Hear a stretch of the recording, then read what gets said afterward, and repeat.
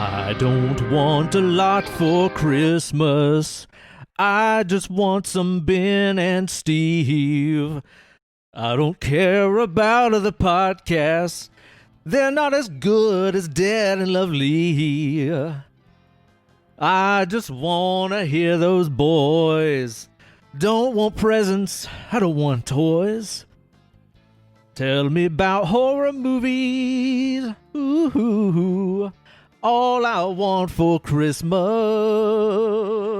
is Dead and Lovely. Here with the host with the most. It's me, your good buddy, Uncle Ben. And me, Hollywood Steve.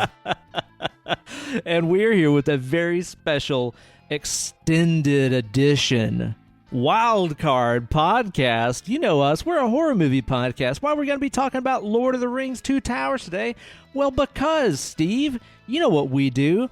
It's Christmas. A lot of times people are having a shitty time on Christmas. They don't want to be around their families. They want to be around us. We're their pod family. You belong to us. That makes sense. We belong to you.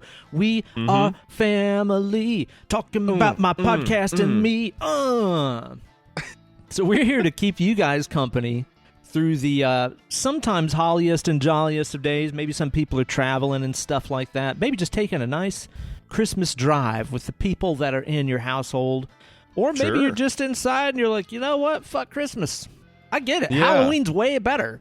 Yeah, it is way better. Like, just think, like, dress up cool or just wear some stupid sweater. Yeah, like, really. Come on, dude.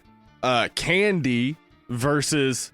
Well, no, there's still candy. There's still at candy. Christmas, Yeah, right? yeah. Yeah. But Halloween candy's cooler. Yeah, absolutely. Pumpkins so. and stuff, you know? Like, It's going to beat peppermint any day of the week. there you go. Who wants to eat a peppermint pie? Pumpkin pie. Fucking nobody. Boom. Nobody. Yeah, Halloween's claiming pumpkin pie now. I don't know why. That's just how it goes, Steve. That's It's how a it goes. new Halloween tradition I just made up. Halloween pumpkin pie. I'll tell you what. I prefer a holiday that encourages mask wearing. Yeah. You know? Yeah, me too. 2020. That's exactly what we need this year, you know? It's absolutely what we need. Though I guess you could create a Santa beard mask. Okay. That would be pretty cool. That'd Maybe, be okay. right? I think that would work. Yeah. I'll tell you what, Steve, on the subject of that COVID, on that Rona, Right. let me just ask you about this right here. Let me hear we about it. all know we got this newfangled fancy vaccine that the scientists is rolling out, like we They can are. trust them on anything. These course, dang scientists. You and me, we's country strong, born and raised. We know what's going on. They're using it to chip us, right? Finally, they're gonna get them liberal chips in you and turn you into a communist. That's right. And I understand. I mean, we all got to get ourselves took care of and get this virus squashed out and stuff. I get it. But I'll tell you what I'm worried about, Steve. What's that? What if I go there to get stuck with that old vaccine and they don't let me choose what kind of chip I get? What if I show up and they're like, you're getting baked Lay's plain? And I'll be like, that's my least favorite chip. Oh no! I want Not barbecue a baked Lay's chip. plain. Where's the sweet Southern heat barbecue? Sign me up. If they're handing those things out, free chip with your vaccine. If it's a sweet heat Southern barbecue, sign me up. Maybe a Dorito, huh?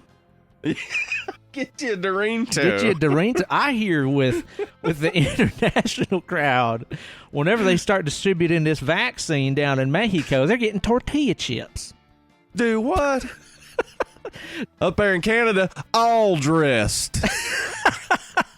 Down into South America, they're getting plantain chips, is what I hear. Plantain chips. Man, this is just wild. Now, it gets real wild when you go across the pond there. All them lobsters getting vaccinated. Their chips, they call fries chips. They get fries with their vaccine, Steve. And they're thick as hell, too. Uh-huh. Imagine that going in you.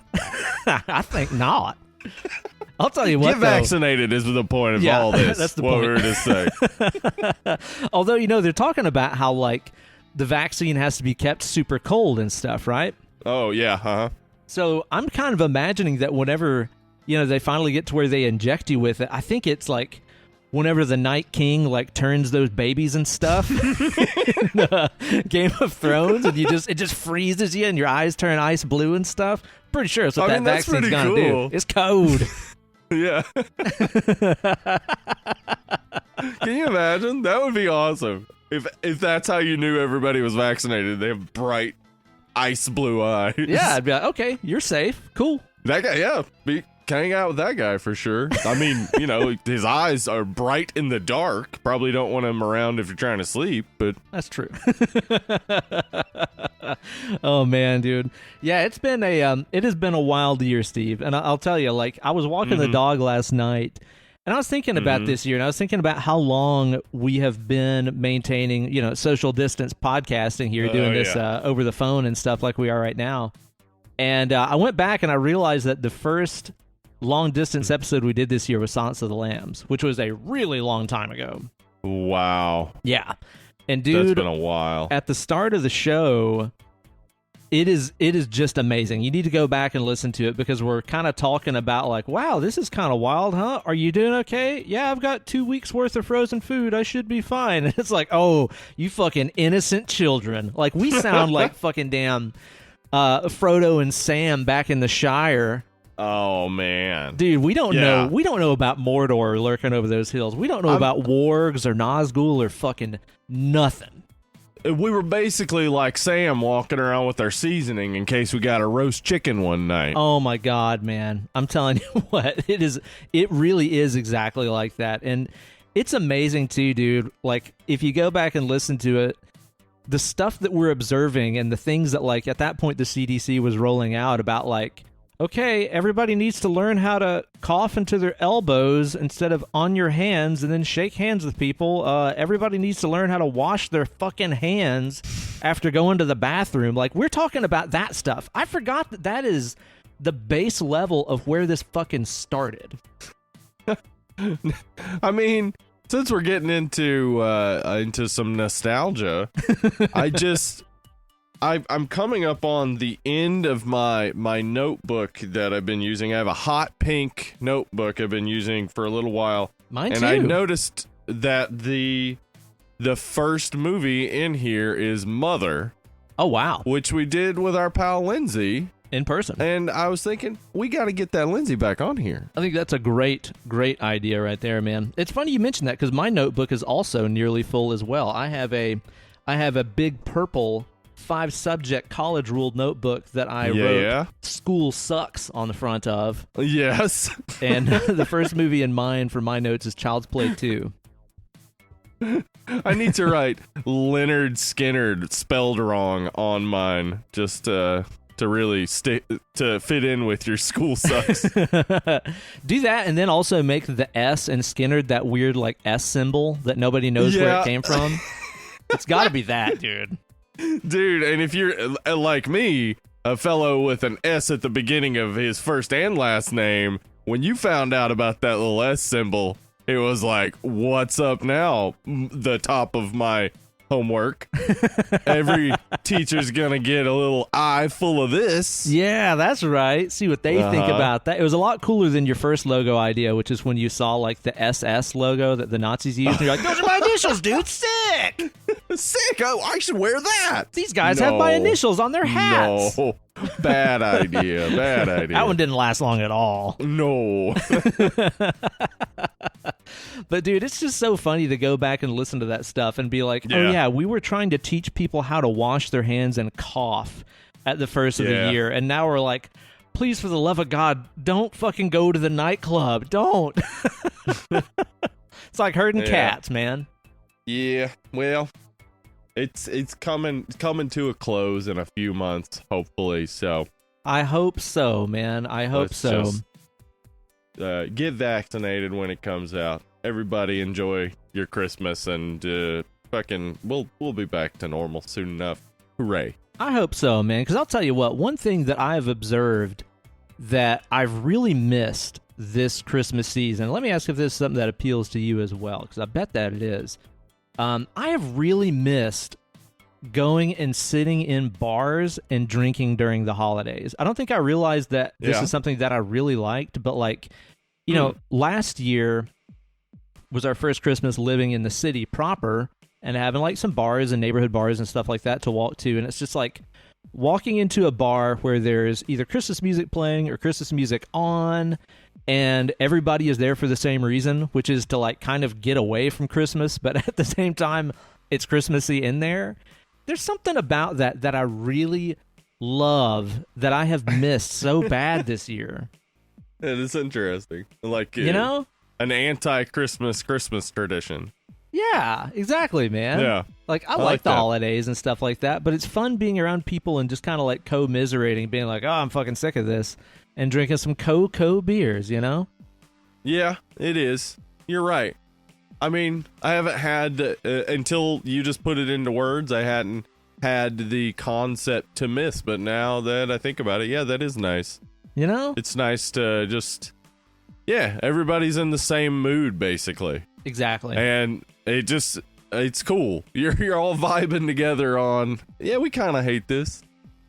It's nice. Yeah, you're right. That is a cool thing. Mindset. I will be, man, I miss people a lot. So I'm excited to get back to any sort of normalcy at some point. So you're one of them people persons, huh? Yeah, I mean, like, what would I be, an extroverted introvert? Like, I prefer to spend my time alone, but I really have to have time with people. Yeah. And when I do go out with people, suddenly I'm like, yeah, loud and boisterous. But most of the time, just sitting around, not doing anything, because that's me. I am boring in general. Boring man. Yeah, just sitting and watching movies and reading tweets. Yeah. Watching the world burn, aren't we? Yeah. The world burns fun on Twitter sometimes. It's true. You know? Yeah, that is true. You know, like recently, the guy from Trapped basically lost his job in Trapped because of leftists making fun of him on Twitter. Yeah, so I don't know how much you It's kept really up funny. with that whole thing with Trapped, but like for basically all year, their singer has been running their social media and stuff and just being a it's fucking hilarious. I mean, right-wing maniac. Absolute an idiot. Yeah, A fucking it's idiot, so, yeah. Yeah, it's just so funny watching it, like, this collapse, basically, of, like, and imagining if you're in the band, like, fuck, man, just Man, that's shut kind of up. the thing, right? Like, whenever I saw that, like, I guess they didn't inform him that he was getting fired. Like, it came up on their, their Parler account, because they got banned from all other social media accounts, so they went to Parler. Well, technically, okay, just so you know, that Parler account is technically parody. Oh. Yes, this was, again, the leftists on Twitter who've been fucking with him for this whole time. Whenever Parler came up, somebody was like, well, I'm going to go over there and start a Trapped official Parler account. Oh, my God. Because it makes total sense. It does. Holy and it's shit. been hilarious. Yeah. But, you know, it's like whenever I heard that they fired him, I was like, good for them. And I was like, why didn't they do that, like, 8 months Before? ago? Yeah, why wait so long? I know, don't right? I mean, honestly, maybe it's a smart play on their side. Like, let the Trapped controversy build up so that people are suddenly talking about Trapped again. Make America trapped again. Dude, I didn't even know who Trapped was a couple months ago. And then I was like, oh, they sing that song. Gotcha. Cool. They were headstrong, man. They took on their singer all right. Take on you. Oh my God, dude. I opened for them one time in my band Far Far Away years ago in Johnson City. And This is awesome. You know, I don't even feel bad about like talking shit about this stuff in public because it's fucking Trapped. Come on. They were horrible. Yeah. They were absolutely horrible. And it was a really low-selling show. Imagine that. I mean, this was probably 2000. Let's see, it's 2020 now. This is probably like 2015. I mean, it was well after anybody gave a fuck about him anyway. So it was like a really low-selling show. And their fucking asshole singer guy was just so blatantly going through the motions. It's like, you know, they play a song and then like 5 people in the audience applaud, And he, with like his eyes closed, not even looking at the crowd, is totally just, reading lines in his head. Thank you guys so much. You make our dreams come true. Without you, we couldn't do this. This next song is called Headstrong. Good night. Like, just totally scripted bullshit. Yeah. Oh, man. It was fucking terrible, as you would expect, Yeah.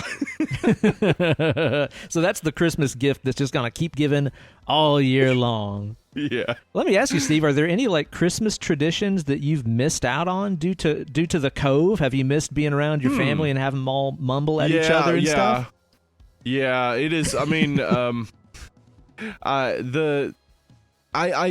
I really realized that I missed my family the other day when Trey Crowder posted a video of his sister and his mom talking. And it sounded like my family. And I was just like, oh, man. Because it was funny. Like, listening to it, it was funny. It was like, yeah, when I'm around my family, I'm genuinely laughing with them. Like, they're very country. Like some of my family are hard for me to understand even. And it's just amazing. They will talk.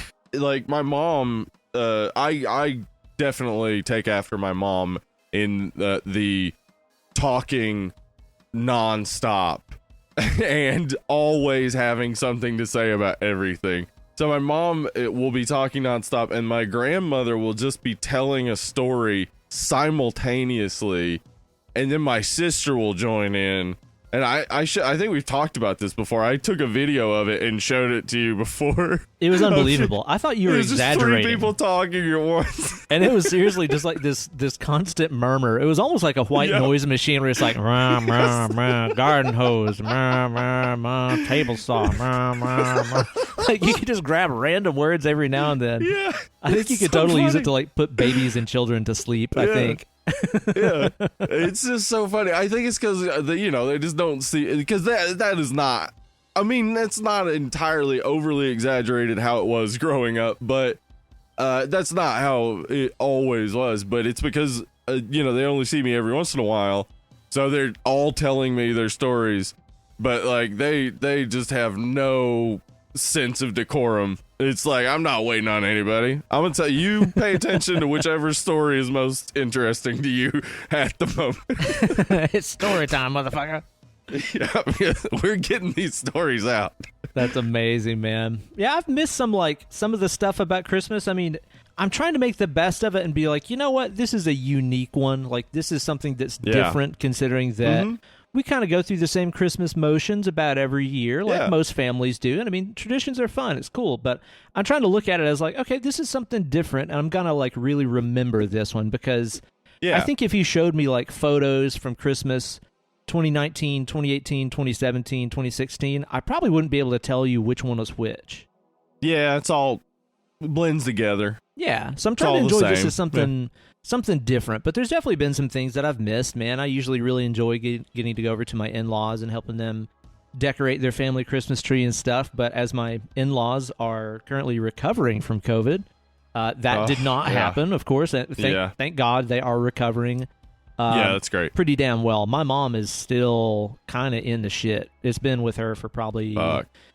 since like Thanksgiving now, so over 2 weeks, almost 3 weeks, and she's still kind of like, not much change, still feel like shit. But it's like, it kind of sucks not being able to do that kind of stuff. And of course, when your family's ill, you want to do anything you can to help them out and make their situation better, but you kind of can't. Yeah, you really can't. It's the worst. Yeah. It's me. You feel. I mean, my wife deals with it regularly, and any of our listeners, I know we have several listeners who work in the medical field, are dealing with it regularly, where you see just how powerless that death is. Oof. But you are absolutely alone. Yep. And to our medical workers that are listening, thank you for your service and bravery, and you are grossly underpaid. Yep. Under fucking paid. 100% is actually way too low. You're 1,000% underpaid for sure. Oh yeah. Yeah. But yeah, it's a powerless position to be in, so it's terrible. And I do not wish it on anyone. No doubt, man. No doubt. But, we'll muddle through somehow, right? We'll just have to muddle through somehow. Yeah, we'll make it. Have a merry little Christmas now. We will. I haven't heard Now. Christmas shoes this year. That's great. Right? Okay. That's good. Yeah. Let's see, Emily and I decorated, and we've listened to the terrible version of Oh Holy Night, so we're that's the in the best. Christmas spirit. Yeah, we do that every year several times. I haven't listened to because that one yet, actually. It's the best. Yeah, it is the best. If you haven't heard it, just go search terrible Oh Holy Night.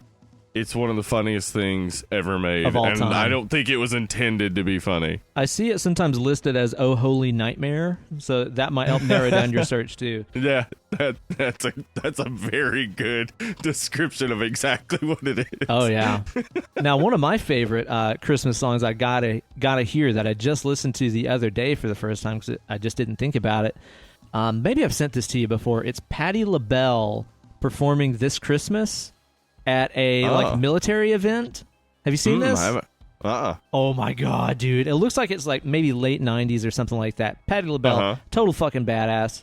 Yeah. They like announce her and stuff. She comes out to the mic. The band starts like playing immediately, and you can tell it kind of like blows her hair back a little bit.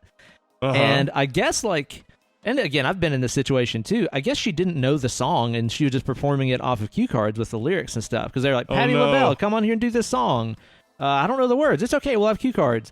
But like the person doing the cards is fucking the whole thing up. So she's up there, and she's singing, and she's like, "This Christmas, I don't have my cue cards. I'm just gonna have to improvise a little bit. Wow, wow, wow, wow, wow, wow. This Christmas." And dude, it is the most fucking hilarious thing ever. Where like there's supposed to be backup singers, and there's no backup singers. She's like, "Where's my backup singers? This Christmas." Like she's being as pro as you could possibly be. Right. Eventually the backup singers come on. She's like, "Thank you." It's hysterical, dude. I gotta check I that. adore That it. sounds It's funny. so fucking funny, man. I can't believe they leave Patti LaBelle out to dry like that. What the I fuck? know, right? But she rocks, so she handled it like Yeah, she's great. a pro. I've been kind of getting in the holiday spirit, watching some Crimbus movies this week, as well as Me too. a couple of other things. What have you been watching, Steve? Well, I watched Santa's Sleigh last night. I've never seen it before. Oh, no and, way. Yeah, I don't know what was stopping me because it was a fun enough time. Yeah. Yeah, it just starts with a bang. I was like, "Who? What the hell?" Like James Caan, Yeah. Fran Drescher, Jesus, what? And I then mean, I was Bill excited. Goldberg. Yeah, and then Bill Goldberg. Always excited to see Fran Drescher. I did not expect it to go the way it went. I won't say anything about Santa's Sleigh if you haven't seen it. Watch it. It's a ridiculous. treasure. Yeah, it's a treasure. It's Bill Goldberg as Santa killing people. So, yeah. Have we ever told I our also- story about the Nazi prophecy of the Uber Jew that turned out to be Bill Goldberg? Have we ever told that story on the show? Was that something we talked about at Walter State? I Oh think? yeah, this is definitely the like idea- while we were in college and not doing drugs, but still somehow coming up with Right. the wackiest ideas Yeah. of all time. I blame it on all the hot and ready pizzas. I think that Yeah, stuff definitely. altered Little our... Caesars. Little Caesars made us insane. Yeah, the idea that Bill Goldberg was what Adolf Hitler feared Yeah, was basically it. And he is a specimen, that dude. holy moly. I remember I was a few months ago I was going through all the 90s like WCW and WWE Oh yeah. stuff. Whenever like the first time he came out, it really was like I remember it watching it back then, and it was just like, who is this? But like watching it again, it was just like, that dude is gigantic. Yeah. He is so jacked. Yeah, big all over and fast. Yeah. Man, yeah, that was like, it was we think back to the Goldberg period as like that was like a long time because he had like 170 wins or whatever. But all that was made up, and it was only like 8-month period. Like it seemed like it was That's so weird, it was yeah. like eternity, but it was like only an 8-month period, and then there was the terrible match where he got tasered by Scott Hall or Kevin Nash, and then lost to Hogan.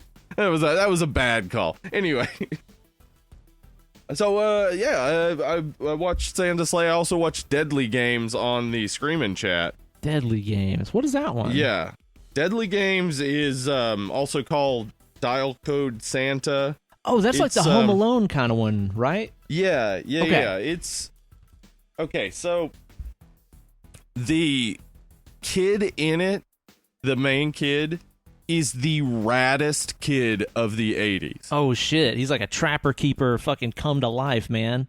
Dude,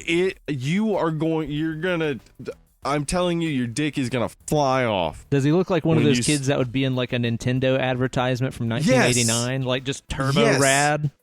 And his room is insane. Fuck yeah, It is dude. the coolest thing. And then it's Home Alone with an evil pedophile Santa. So Oh wow.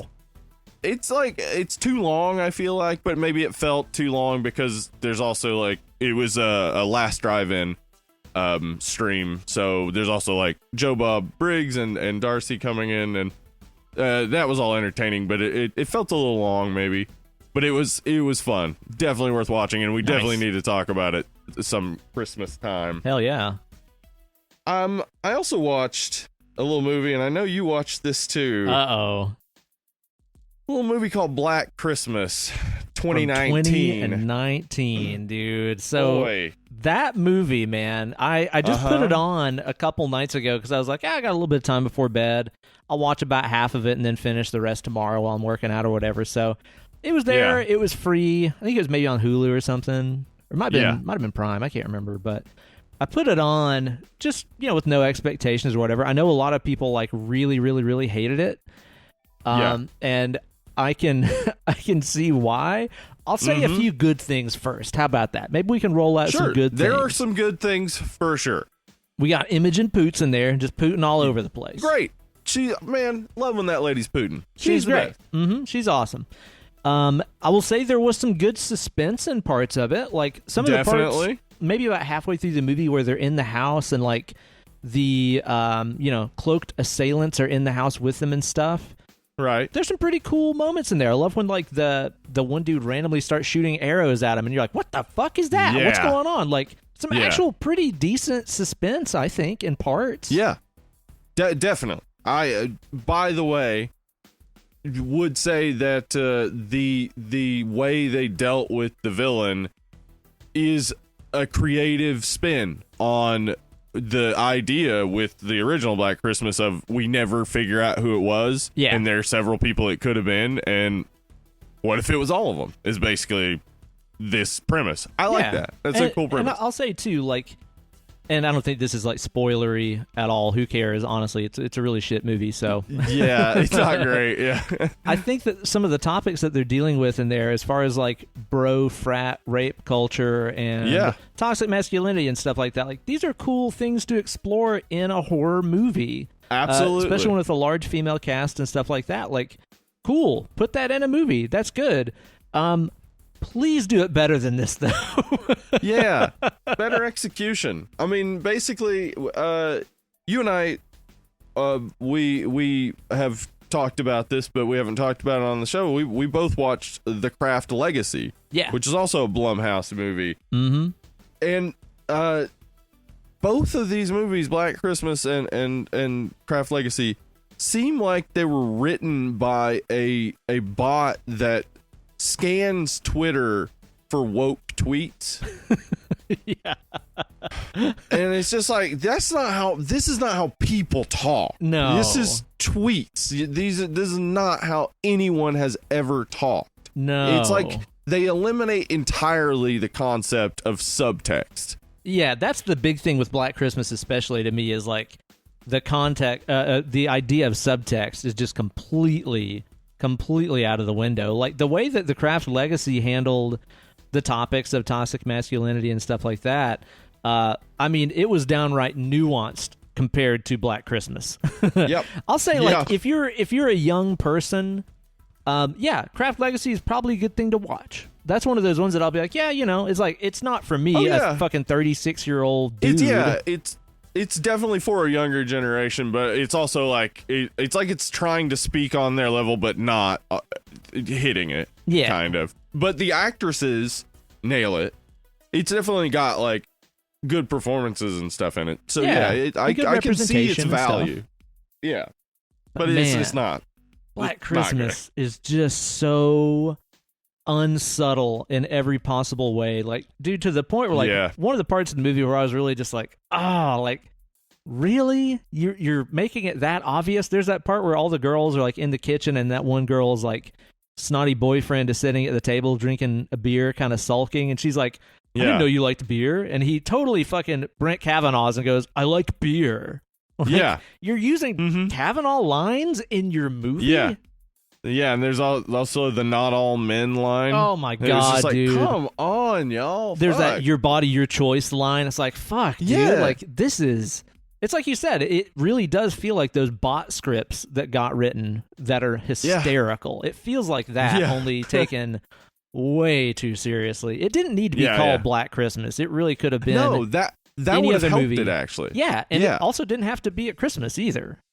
No, it didn't. Although it doesn't help or hurt. It's fine. It could be at Christmas, but it does not have to be. I mean, like, the idea that the campus is basically empty. Yeah.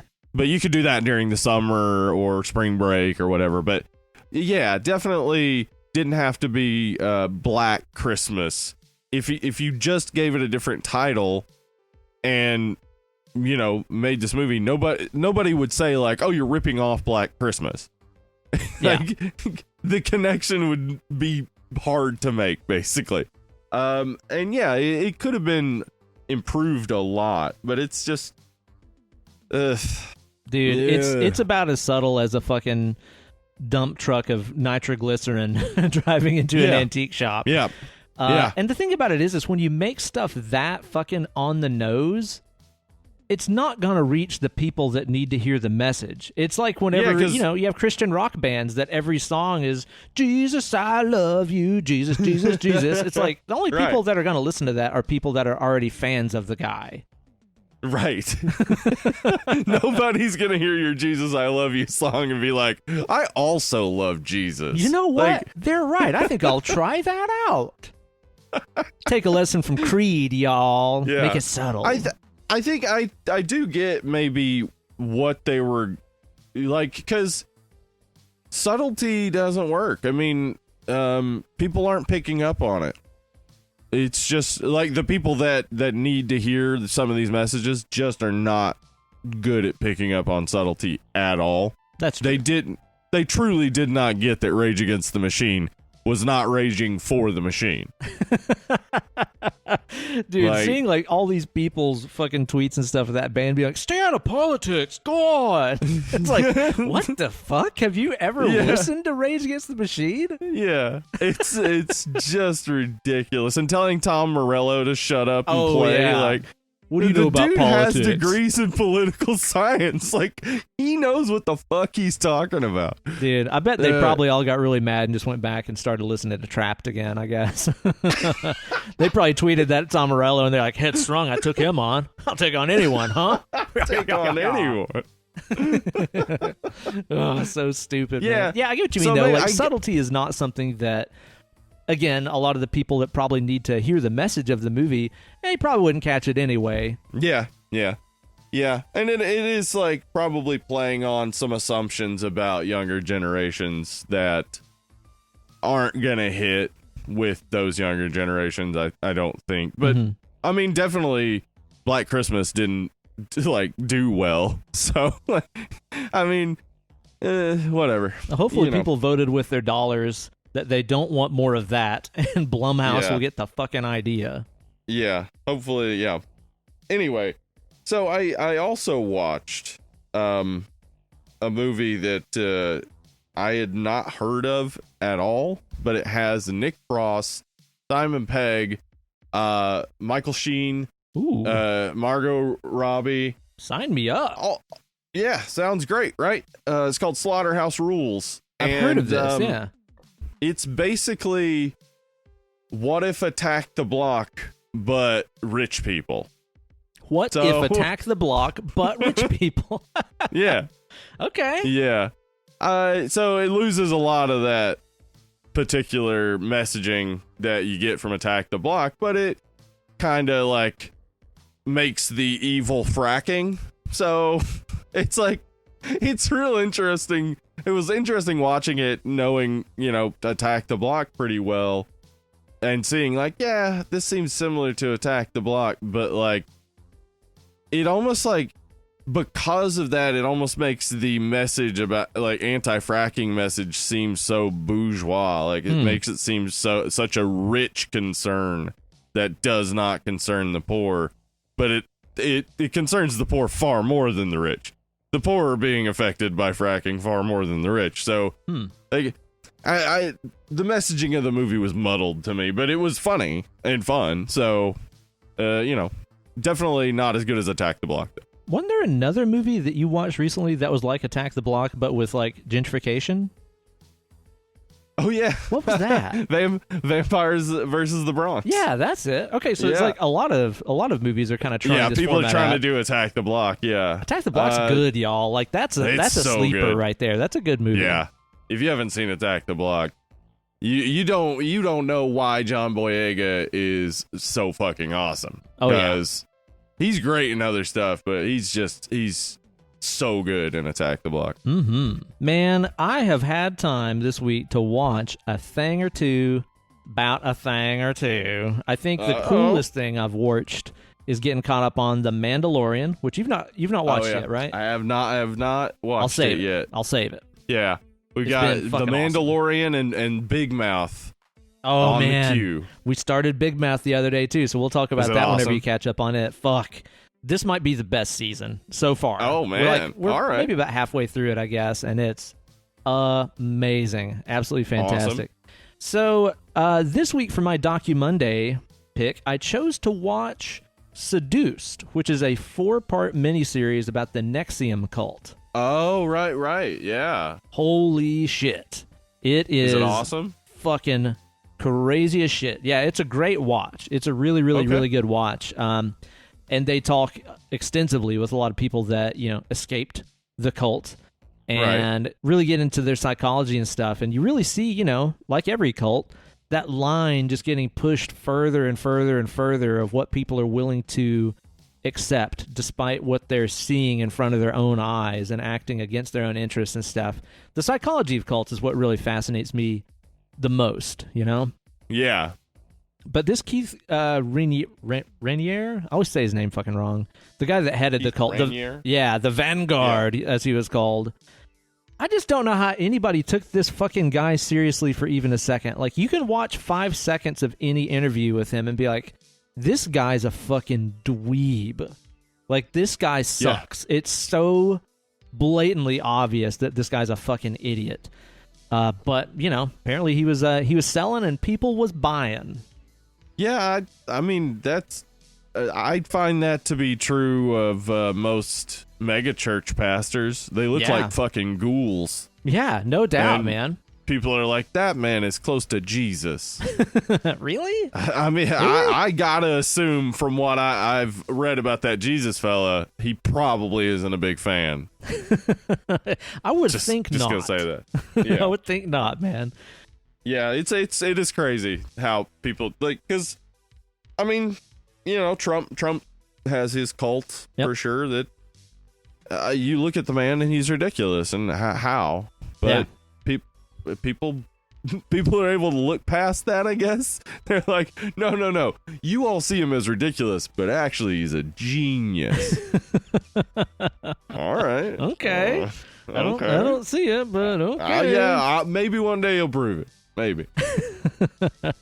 Yeah, check it out if you're into that kind of thing, man. Every episode's about an hour long. Definitely into that kind of thing. It's produced really well. There's another one out now called The Vow that's also about NXIVM that I definitely want to watch too. So kind of go down that rabbit hole a little bit. We finished watching through the new reboot season of Animaniacs. Oh, right. Mm-hmm. I haven't finished that yet. A treasure. It is a delight, dude. One of the last episodes on there is like a Halloween episode. Have you watched that one? No, I haven't got to yet. We got to do it for like a Patreon pick, dude. It's Okay. absolutely fantastic. Do you want to do that as our next Patreon exclusive episode? We could do that. Look for that, Patreon subscribers. That's right. Where Patreon, you can find it. Yeah, you can find it over at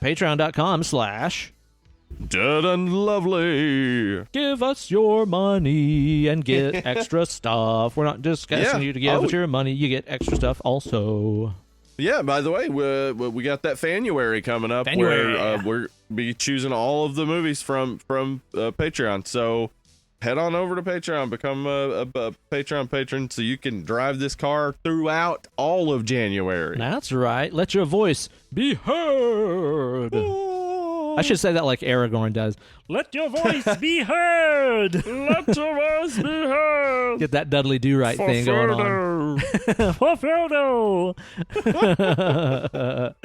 So we watched through that stuff. We also watched ourselves a couple of Crimbus movies that I enjoyed pretty well, man. We watched this Surviving Christmas one day. That's Surviving Christmas. Ben Affleck, and it's got a Tony Soprano in it, a couple other folks. Okay, so it's a little bit older. Yeah, it's like late 90s, early 2000s, I guess.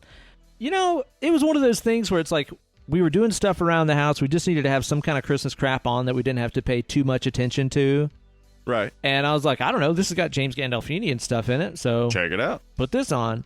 It was totally enjoyable. I mean, Ben Affleck is like being a total goofball and stuff in it, being maybe a little too zany at times, but it still had some funny stuff in it. I enjoyed it pretty good. So that's one of those. It's just a easy enough thing to have on. Also watched Better Watch Out. Oh, right. The horror movie. Yeah. I have not seen this. I thought that it was pretty cool. I thought that it was all right. I'll check it out. I had very low expectations, and I watched a trailer for it, and I was like, oh, I guess I kind of know what this is going to be. The trailer makes it out to be like violent Home Alone. You know, like babysitter, there's a kid, there's a house invasion, only it gets grisly. And I was like, yeah, that's easy enough. I'll just have that on while I practice guitar or whatever. And I watched the whole thing, and I don't know, I kind of enjoyed it. I read some reviews of it later on, and it seems like it's a real love it or leave it affair where people are like, oh, cool, this is not what I was expecting. Or people being like, fuck this, it's not what I was expecting. Right, okay. You know? All right, so I should expect the unexpected. Expect the unexpected. Prepare to be surprised, Steve. But I will be. I thought it was fun. It kind of reminded me of like, I'm trying to think if I can even say what it reminded me of without spoiling it, honestly. So, I don't know, Home Alone plus like funny games plus the babysitter, something like that. Okay. It gets twisted. Right. So, I don't know. I enjoyed it pretty well. Well, you said funny games, so definitely gets twisted. Yeah, right? Can't be nothing normal if that's involved, right? No, not at all. That's great. Both of them, the original and the remake, just great films. Yeah, very fucking strange. It's been a long time since I watched either one of those, actually. Yeah. A long time. That's definitely something we need to get on for the podcast. That one and The Strangers. Man, those movies, well, fuck, home invasion movies are scary. Those are rough, man. Because that is like an ever-present fear, I think. Like, I look at our door sometimes and I think, like, man, I could kick that in. Yeah. And I don't want to murder us. I mean, isn't it kind of crazy that we, like, cover our houses and homes and, like, windows of glass, which is, like, the most fragile thing ever? Yes. Are we stupid? We're pretty dumb. It just seems like a bad idea. When you say it out loud that, it does. You realize how bad of an idea it really is, you know? Yeah. Steve, I'll tell you what, man.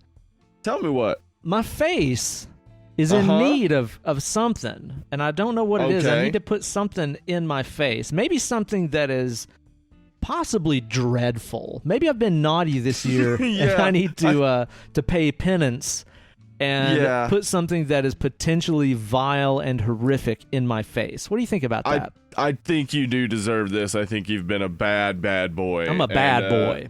Yeah, we're gonna torture you and myself with something that Lamar gave us, and I held it off for this episode basically because I thought, well, this is a stunt beer. This is an episode where we just don't give a fuck because we're having fun and it's a movie we love. I was hoping you'd forgot It's a- about it, frankly. No, I wasn't gonna say a to word torture about it. us basically on this episode. It is a Martin House best made sour pickle beer, and Lamar warned me it was gross. Oh my god! So- This is when Lamar gave us so many awesome beers, Yeah, he did. Not And one of this. them was bad, and then this. and then it says on the Yeah. front 12 fluid ounces (parentheses crispy) Oof. 4.7. Oof. So it's like a crispy pickle. Now, Steve, Yeah. you know how much I don't do love not like pickles. pickle. You're not a fan of the pickle. No, I've come around to enjoying like a homemade, house-made pickle that still tastes like a cucumber. But when it's Okay. this neon green fucking floppy thing that just tastes like salt and vinegar and dill and mustard seed, like fuck that Oh, shit. it's the best. Can't stand it. I want the ones that taste pickle. essentially like a cucumber with sugar, salt, and vinegar on it. That Those I are can get on great. board with. Those are great. Those are just quick pickles, right? It's Yeah. just basically, Still got it some just snap to barely it. absorbs a little bit of it. But yeah, those are good. I am a huge fan of pickles. It's just love pickled things in general. I have had good pickle beers. Okay, I will say, I have had a pickle beer or two that I thought was okay. Down in Knoxville, Crafty Bastard had a pickle beer they did last year, I think. That was okay. If I closed my eyes and I didn't think Yeah. about pickles, I could be like, okay, I get it. It's just kind of a tart, kind of funky sour. I was decently okay with it. I could drink it and not gag. Yeah, and that's the particular one I'm thinking of because that one, as you said, like it wasn't like oh my god, this overwhelming. smells disgusting. Oh my yes, god, it I does. just smelled That's it. that's what I've been building up to. Is I already had this poured out and it smells terrible. Oh my god! This does not smell like the Crafty one or any of the pickle beers I've had that I like. I am not excited for this. No. Oh my god, this smells awful. It straight up Yeah. smells like opening up a fucking pickle jar. Yeah, Ugh. yeah, it's brutal. It's You brutal. might hear I some know like footsteps running away from the mic. I'm not excited for this. So let's just hop on into it. Oh god, Yeah. must we? Oh God, that's dude. straight up pickle juice. Oh, I gotta drink water. Mm. That is straight up pickle juice. Hard pass.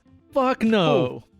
Oh god, Okay. it's just like lingering in my mouth. This is Yeah, terrible. it's just real strong. Like What kind of monster briny. would drink this? It's salty. It's so briny. Yeah, it is Oh, so God. briny. It's just hanging out in the back of my throat, Steve.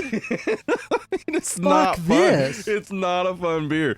No. Now, I did think though. I did. I have some Evan Williams bottled in bond 100 proof, and I don't good know if you've stuff. ever had a pickleback before. I'm bringing pickle back. Oh gosh, sorry, man. That tastes. Whew. It tastes bad. Anyway. Like, even to somebody that likes pickles, are you like, no? Yeah, it's not good. I've drank straight pickle juice and enjoyed it, and this is not enjoyable. Because really, it's kind of like, it really tastes like if somebody emptied the rest of the pickle jar into a pint of beer. Yeah. It's the fact that it has effervescence, like, It's just very makes fizzy. it so pickly. Not fun. No. But I want to try this though, yeah, people like the because I have pickleback. had a. Yeah, people do like the pickleback. I've had it, and it's like I get it. It's basically if you don't like whiskey, the pickle juice does wash away that whiskey burn immediately, and they do meld together well. The flavors do meld together well. So Well, it's really I'm kind gonna of like try that. the same concept as like a tequila shot, where it's like, okay, Yeah. salty, alcohol, lime. It's kind of like Yeah. a three-way game of rock, paper, scissors, where everything cancels out the bad attributes of everything else. Exactly. Yeah. So I'm gonna try this here and see if basically whiskey can improve this beer. Oh my god, dude. I don't know if anything fucking can, but let me know if it does. Let me know how that treats you. P.S. Tequila shot's the perfect shot. That is the shot to do. I love right there. tequila. I love tequila shots so much, man. I don't really like Okay, other so- shots. Let me tell you this: this is a reverse pickleback. Yeah. Basically, the idea of the pickleback is the pickle juice washes away the burn of the bourbon or whatever, the whiskey. In this case, the whiskey is washing away the disgusting taste of pickle. So it kind of works if basically, I guess, let's say this is when I would recommend this beer. Let's say it's a zombie apocalypse or any sort of apocalypse, and all the beer is gone. Yeah. Except for this beer. And you've got some whiskey with you. I'd just drink the whiskey, Steve. Yeah. But maybe you're trying to ration your whiskey, so you're like, I gotta plow through this pickle beer. In this reality, you have no choice except to get drunk every night. So okay, all right. You've got to get through the pickle beer. Sounds like it's just fucking 2020, man. It's like I'm stuck inside. Yes. All I have is this. Got to make it work. This is the worst. All right. Oh my god. So there you go. I hate it so much. Pickleback. I hate it so much. It's the worst, and I'm not. There's no way I could finish it. I'm really kind of questioning if it makes it worth all the other great beers that Lamar gave us. I'm like, does this negate all those? Dude, he canceled out all his goodwill with this. I mean, at least a couple of them. I don't know, man. At least a couple of them, because he did bring some goodies. But this is those Icarus brews were great. Oh I my remember God, so good. Really enjoying those. That's fucking terrible. And I'll tell you what, too, man. This is my return to alcohol right here, which is really good. This makes me want to not drink.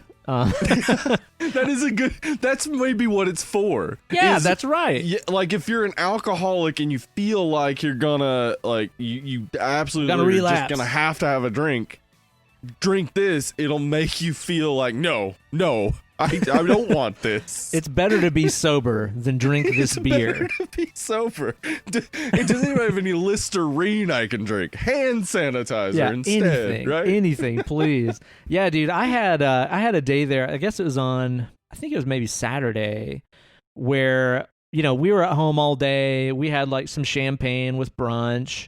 I had a day drinking beer. I had a couple of cocktails in the evening. And looking back on it, I was like, you know what? Didn't really drink enough water that day. I never got like fucking drunk or anything like that, but I was just kind of like, I was usually sipping something about all day. And I woke up the next day just feeling like fucking shit, just feeling terrible. And, of course, during fucking COVID times, you wake up not feeling good and you're like, oh shit, you know? Everything. Yeah. During like everything, every cough, like it's just like you could inhale a whole bunch of dust and then cough and be like, fuck, was that COVID? Yeah, it's the big one. Yeah. So I was like, I'm coming to you, Elizabeth. I was kind of worried about it. I drank some water and stuff throughout the day, and I was like, okay, I'm feeling a little bit better. But then, went to bed still not really feeling exactly 100%. Woke up the next day still feeling kind of bad, and I'm like, oh, shit. I told Kate, I was like, I'm still not really feeling that good. And she's like, oh, for real? And I was like, yeah, like my stomach's been upset, and I've been like nauseous and stuff. And I was like, I'm kind of getting worried. And she's like, wait, do you just have one of those, like, you're almost 42-day long hangovers? And I was like, yeah, bingo. Those happen. That's exactly what it is. One of those totally unearned, I didn't even get all that fucking wasted 2-day long hangovers that are not fun at all. Not fun at all. The worst. Yeah. They don't ever feel earned. I at least want to earn the shit. Worst. Yeah, exactly. I'll tell you what. I want it to be one of those like parties where you see the sun coming up and there's still 5 of you drinking. Yeah, exactly. Then I know that I've earned that shit. So right now, I just handed the remnants of my pickle beer glass to Tanta Kate, who just walked in the room. I want her to experience this. Take a sip of that and then get on this microphone, girl, and tell me about what you think about that. Oh, hell yeah. Be sure to say, fuck you, Lamar, after you drink it, because Lamar gave us this. It smells like pickle. It smells like pickles, she says. I bet. It really fucking goddamn does, and it's fucking disgusting. What do you think about that, dear? You okay with that? I love it. No. No, she doesn't. That's no, yours. She doesn't. No, you don't. It's so vinegary. I love it. It's so vinegary. Fuck that shit, man. Fuck that. I could not drink Lamar, because it is it's a jar of pickle juice with alcohol. It is. It is good. If you like pickle juice. No. If you like pickle juice. Hard pass. Well, it's for somebody, apparently. So I can have this? Yeah, you can have that one, dear. That's all you. Yeah. What a gift. Yeah. Merry Christmas. Thanks, Lars. Lamar. Thanks, Lamar. Also, thanks, Lars. Yeah, thanks, Lars. You do you. Play your 4 on the floor drum beats and sell your arts and stuff like that. Oh my god! I know I've said it a million times, but in that documentary when he sells his art at that oxygen and at that oxygen, Auction. yeah, where he sells his art at that auction and then collapses on that couch and says, "I'm exhausted," or whatever. It was just like, this is the most goddamn unrelatable shit ever, Lars. Why would you do this in front of a camera? I think if at that point, like, Shawn Michaels would have busted in the room and hit him with some sweet chin music. That would have been the best. He's like max heel at that moment, and then Yeah. Shawn Michaels just comes in, sweet chin music. Such a sexy boy. And then the sound of those women being murdered.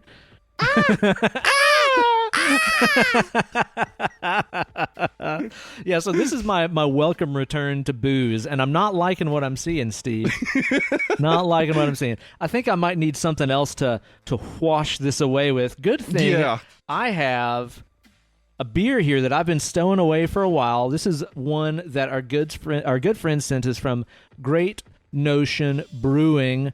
Now, whenever we were sent these from the great There were state two. of Oregon, yes, there were two, and one died in transit. Uh-huh. It did a die. Yeah, it did a die. See you at the crossroads. You won't be lonely. But one survived, and I'm a greedy little bastard, so with your permission, I kept it for myself. This is their Breakfast of Leisure Imperial Stout with maple, cinnamon, and vanilla. It is It sounds awesome. liquid French toast stout. And I'm excited about this. The date on the top says January 9th, 2020. So this thing is owed. Hopefully it's still okay. I imagine it is a stout. Yeah. They can sit around a while. I'll tell you what, too. At 11.25%, it is stout indeed, Steve. Jeez. Holy fuck. Yeah, I'm pouring this thing out right now, and as expected, it is like a glass of frothy Hershey syrup. It is dark. You can really smell the maple and the French toasty goodness in here. I remember because of the burst can, like all of the cans smelled like it, and it smelled great. Oh my god, dude. Oh my god. Is it the best? It's fucking awesome. It is like a lathery, frothy maple syrup stout. It is buck wild. I'll just get me another sip of this pickle beer and think of French toast. Yeah, Let's see if that how helps. Maybe it'll make it taste more like it. You sound happy. You're having a good time. It's better now. Oh, it's better. I feel happy. I feel happy. Yeah, no, still bad. Yeah, this is really good. It is powerful. It is powerful, but it's amazing how the stoutness and the flavor of the cinnamon and the maple and stuff in there really masks its near wine-like potency. Uh-huh. It's pretty astounding, man. I'm thinking that later after we record, I'm going to have me a nice big old bowl of ramen and just wash the booze away.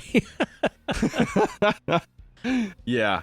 Man, French toast stout sounds awesome. I definitely, one of the things that would make me just absolutely give up on dieting entirely is French toast, because French toast is like, it's so simple and like anybody can pull it off competently. Yeah. And not fuck it up. But like you can also do it so amazingly well. Like you could stuff that bread, you can crust it in crushed up cereal or something. Ooh. You can do all sorts of deliciousness to it. And it's considered breakfast. Yeah, exactly right, man. Let me ask you about your French toast preparation, because this is one of those things that, once again, crimes of culinary nature. I grew up thinking that French toast really sucked, because way my mom would make it is to get a slice of wheat sandwich bread, dip it. Already going wrong. Yeah, exactly. Dip it in, some beaten egg, and cook it extremely firmly. And I was like, this is so bland and tastes like nothing. It was just like dry nothingness. I thought that I really hated French toast. Until I had really good French toast. Sorry, Mom. Yeah. I could see that being bad. You normally want to go with, I think, I understand if somebody thinks this is just too much, but I think you got to go with a brioche. Ooh, yeah, that's a good idea. Yeah. But any white bread, you basically want a white bread. You want something kind of neutral. But you want, I think brioche, because it does have that pound cakey almost quality to it, or it's just like so deliciously rich. But I mean, if you're making French toast, just fucking floor it. Yeah, go for it. Yeah, that's what I think.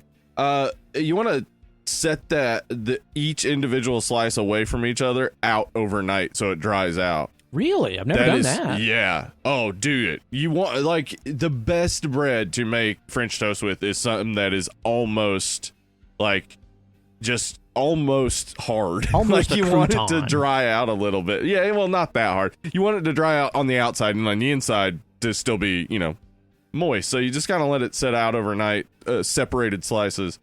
And then you also want to make your custard the night before too, and let it sit in the fridge to kind of custard up. But Ooh, basically, man. yeah, you're doing eggs and milk, and I get people's tendency to add like a ton of stuff to the eggs and milk, like a bunch of cinnamon and stuff. Mm-hmm. But you can add that after, and you're nothing changes. Okay, all right. And in fact, like cinnamon when it cooks it can get a little bit more flavor to it, but it probably isn't going to in the French toast preparation.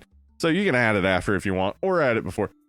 But anyway, you want to prepare it the night before, and then hit it up. Just dip your bread in, let it sit, like get nice and soaked in there. You really want like some kind of thickness too. Yeah, to you it, can't so be that doing you like get a that thin good bread, custardy yeah. middle. Yeah, Mm-hmm. Yeah. When the middle's kind of soft. Oh man. yeah. But yeah, I like it basic though. I like I've You had cook it in good butter or stuff. what? Oh yeah, butter, absolutely. Oh, oil, butter, real butter. Really go for it, and you want to low and slow it too. Yeah? I think. Yeah, you don't want to hit it too high on the pan because you get that like scorch sort of on the outside, and then just like jelly in the middle, or not even jelly, just kind of like mush in the middle. Yeah. Yeah, it's a tough balance there because, like you said, you do want to have like some nice crust on there, but you do want that middle part to be kind of soft and fall apart. Like that's where a good like cast iron skillet comes in. I think. there you go.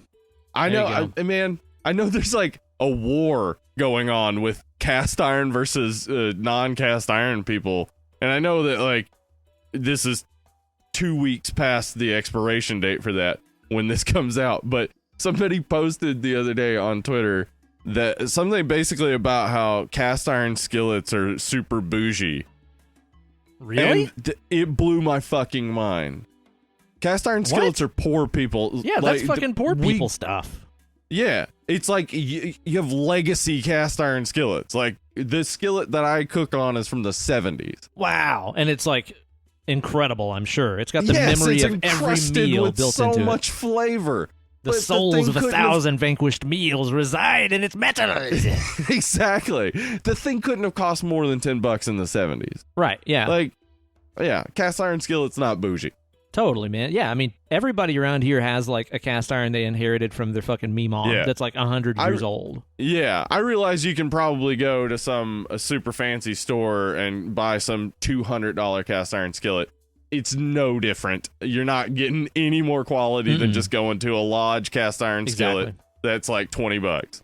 Yeah, I do want to get me like a carbon steel pan. That seems to be like something that a lot of people are using that you can really season up, and it has like the quick heating properties of like an aluminum pan that I really enjoy. That's one thing I don't like about cast iron is like I tend to cook fast most of the time. Most of the stuff I like to cook is like fast. Cast iron has to heat up. Yeah, and then it also retains its heat so long, which is of course one of its does. superpowers.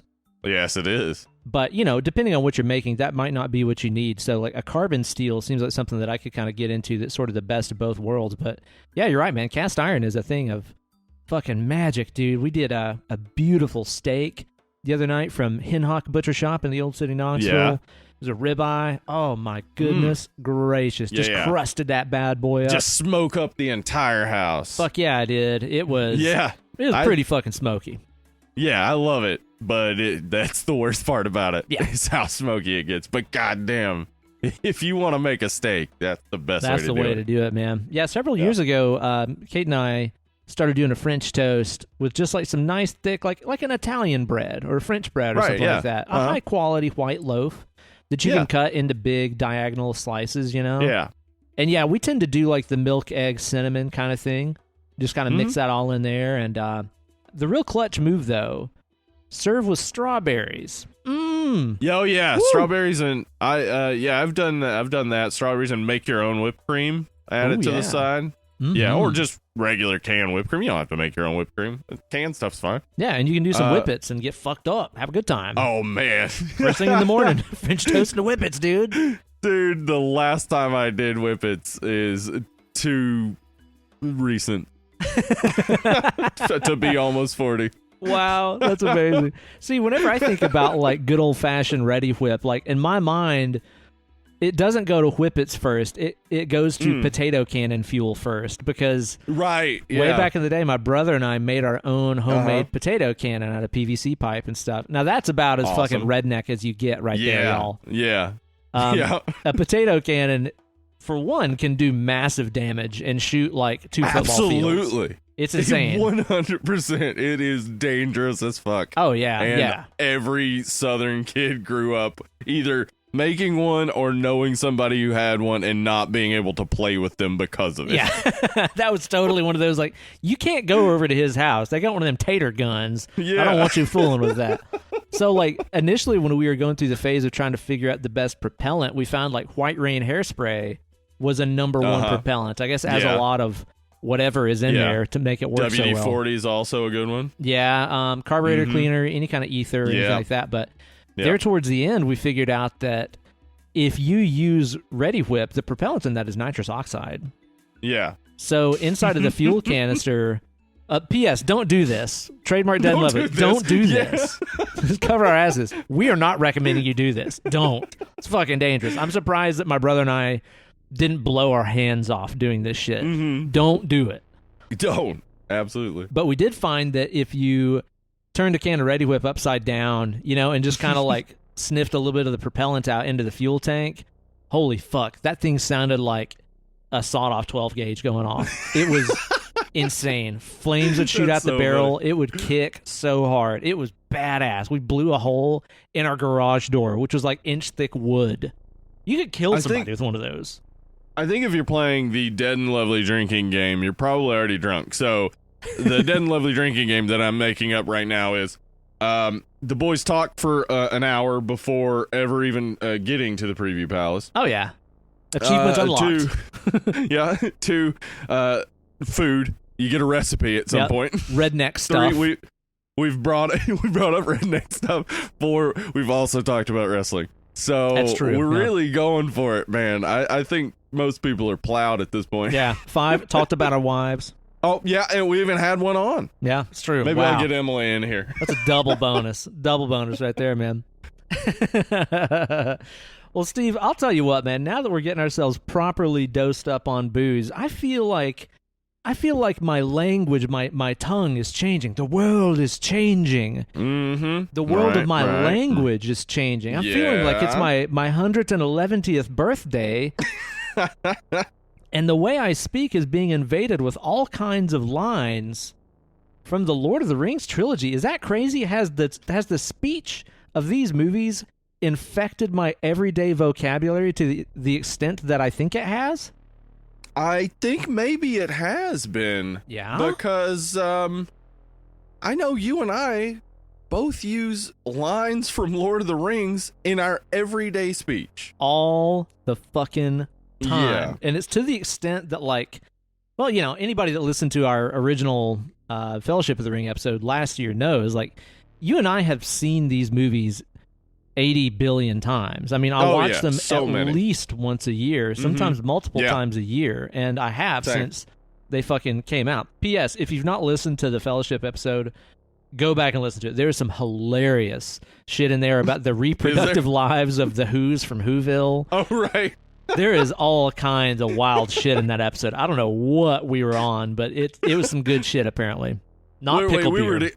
Yeah, definitely. We were in the same room, so we were drunk. Yeah, definitely so. Yeah.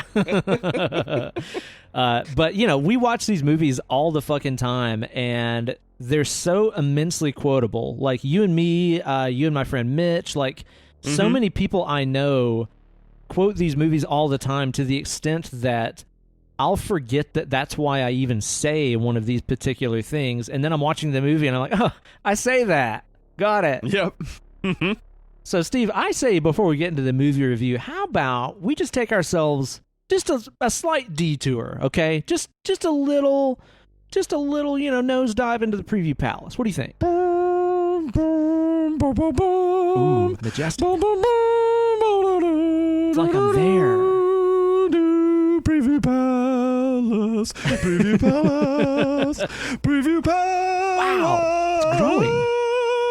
Shit, dude. This is a very musical episode. Yeah. That might be another drinking game thing. We sing. That's already happened, Right? I think, Well, 3 times, 4 times this that episode so happens far. every single episode for sure. Yeah. That's definitely good. I think, honestly, like, talking about Shawn Michaels' theme song might be its own category. It might be. And, since we're here in the preview palace, how about we just spend a little bit of time here informing these bustas about how often we use vocabulary and lines from Lord of the Rings in our everyday lives, Steve. As I was watching through the Two Towers for this episode, I was just keeping myself a tally going of lines from just this movie that I say all the fucking time. I'll start you off with an easy one. At the first of this movie, we kind of get the Friday the 13th flashback, the previously on Lord of the Rings. We start off with old Gandalf there fighting that Balrog. Not Balrog from Street Fighter. He's not boxing. No boxing moves. Not boxing, but that would be an interesting mashup. Man, what would that be like in the first movie if he's like, he's awakened a Balrog, and like Balrog just comes out like punching his gloves together, like getting ready to fight and stuff. Punch, and then there's just people in the background just raising their hands. Yeah, exactly. Repeatedly over and over with one static animation. Right. And Gandalf has to fight him. He's got to fight her. I think they're falling down the chasm and Balrog's just punching the shit out of him. And Gandalf's like, God damn, I don't even know my super moves. Well, at least he doesn't have any kicks. Yeah, no kicks. I know what not to expect. So, for example, in this movie, it starts off with that kind of recap, which of course has, the famous Gandalf line, "You shall not pass." This is something that I say constantly when I'm in traffic. Like, anytime I'm in traffic, cruising down the road, and like, there's some guy driving slow in the right lane, and I'm like, I'm gonna pass this motherfucker. You know how it is. You get in the left lane, you speed up, and then they speed up. I'm always like, look at this motherfucker Gandalf and me. This motherfucker, you shall not pass in my ass. Gandalfing you. Getting Gandalfed over here. Pass. That happens to me all the time. That's one I use constantly. Yeah, I use fly, you fools, a Oh, lot. yeah. And also in a driving situation where, like, if somebody is in the way and then, like, you're on a country road and then they turn. Yeah. Fly, you fools. And then off I go. That's a useful one. You could probably come up with other situations where that would work well, I think. I could think of one right now. Yeah? And by the way, this is a whole category for me. You could definitely say it after a fart. Oh, yeah? I'm thinking about you that. Fools. It works. It works. One line in here that's one of the first lines that we get from Gollum that I always jump towards is, "It burns, it freezes." It freezes. I say that a lot, It too. burns, it freezes. And especially, like, our dog has, like, arthritis, and so oftentimes, especially days where she's having, like, some really bad joint pain and stuff, we'll do, like, a hot pack, a cold pack, or whatever. Uh-huh. You know how dogs are. They just don't fucking understand anything you're doing to them. They're like, why are you putting this on me? What did I do to deserve this? Even though it doesn't feel bad or anything. Right. But I'll very frequently put that heat pack or cold pack on the dog's leg, and they give you that look like, why are you doing this to me? But I'm also your hostage, so I'm going to allow it. Yeah. And I just imagine in her little doggy mind, she's going, it burns.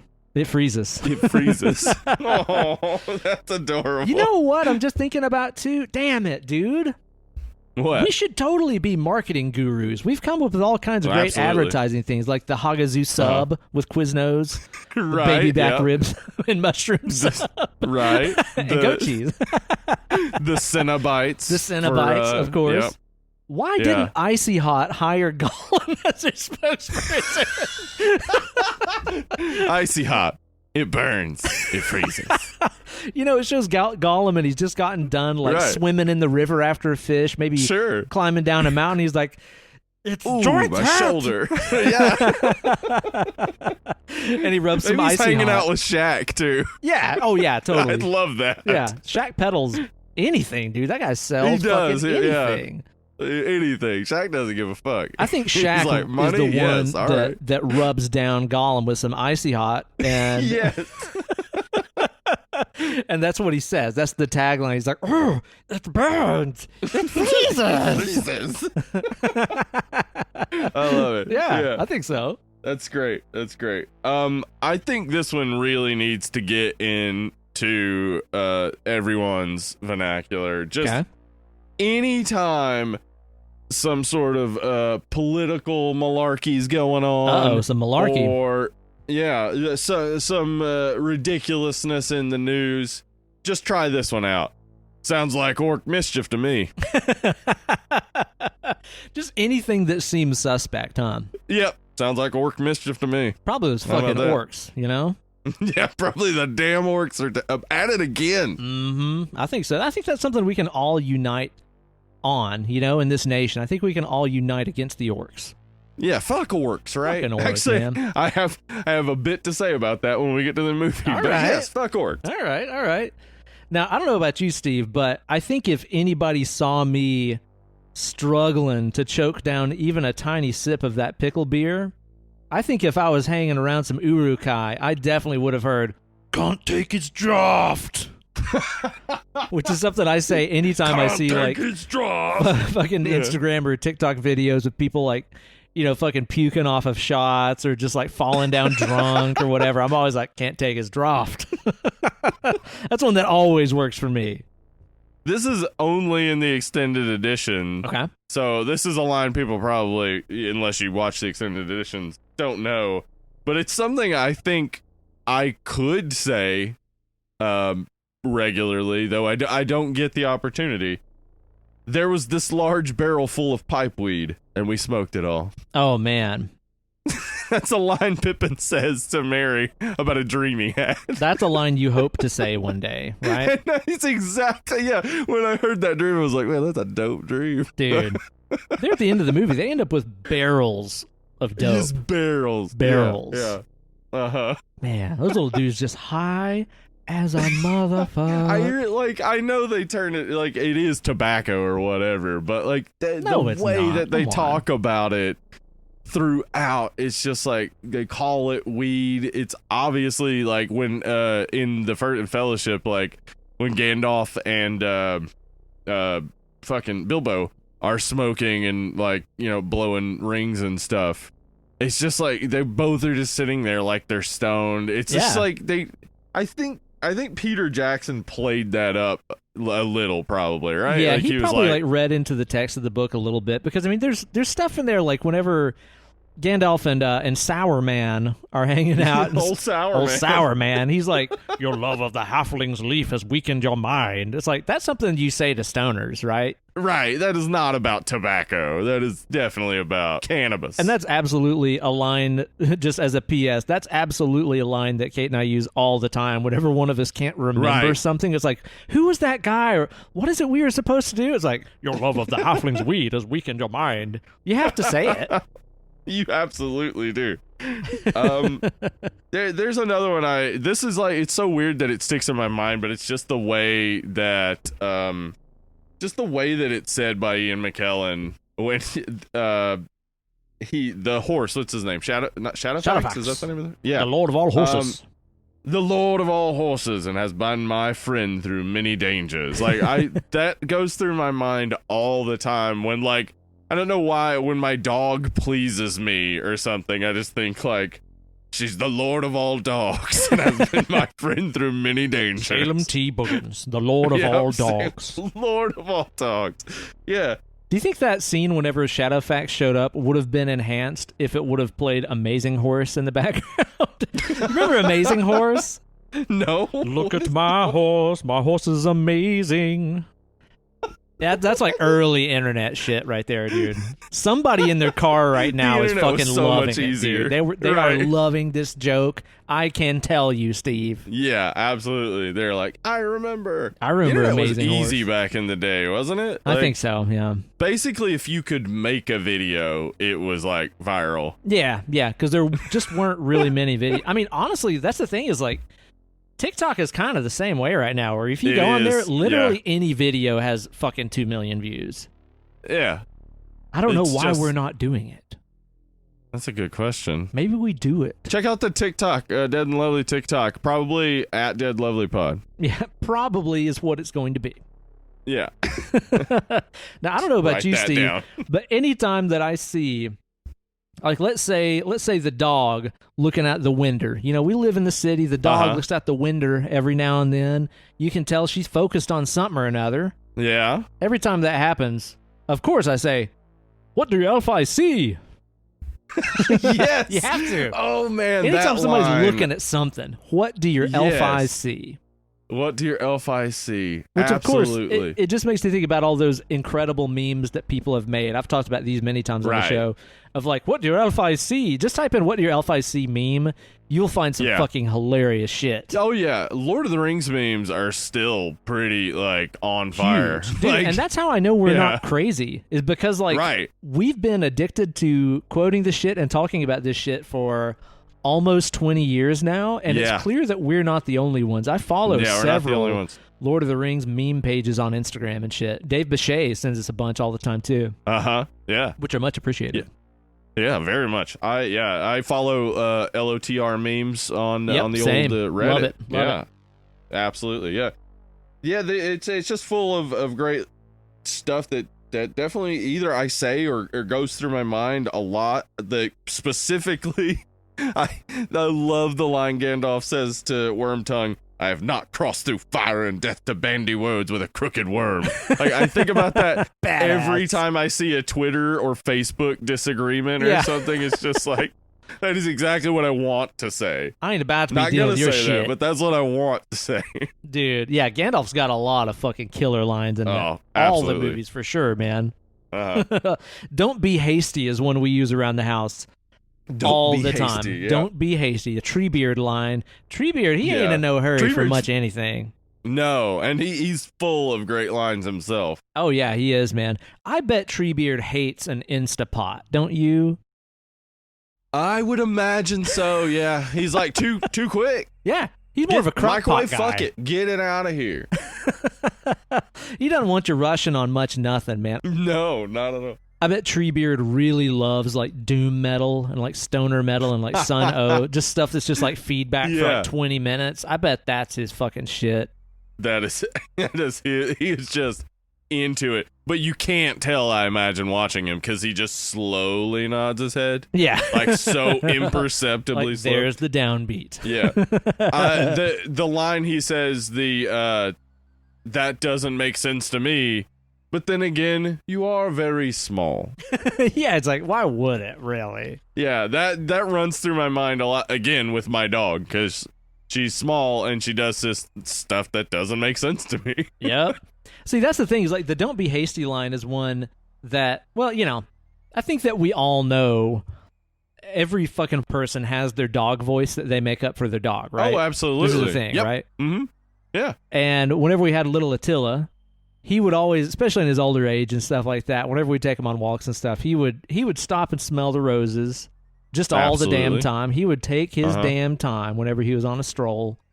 And that was always one of those things that we just would always imagine he was saying. We'd be like, come on, man, we want to get back to this walking action. And of course, the little guy would be like, don't be hasty. Don't be hasty. He Yeah, knows what's good in that's life. great. He knows what's He good. really does. The maggoty bread line is one I think of every time I'm hungry. Yeah. We had nothing to eat but maggoty bread all week. And two, I'm sure because, you know, you're leaning towards the ketosis and stuff like that. You're like, Right. looks like meat's back on the menu, boy. All the time, right?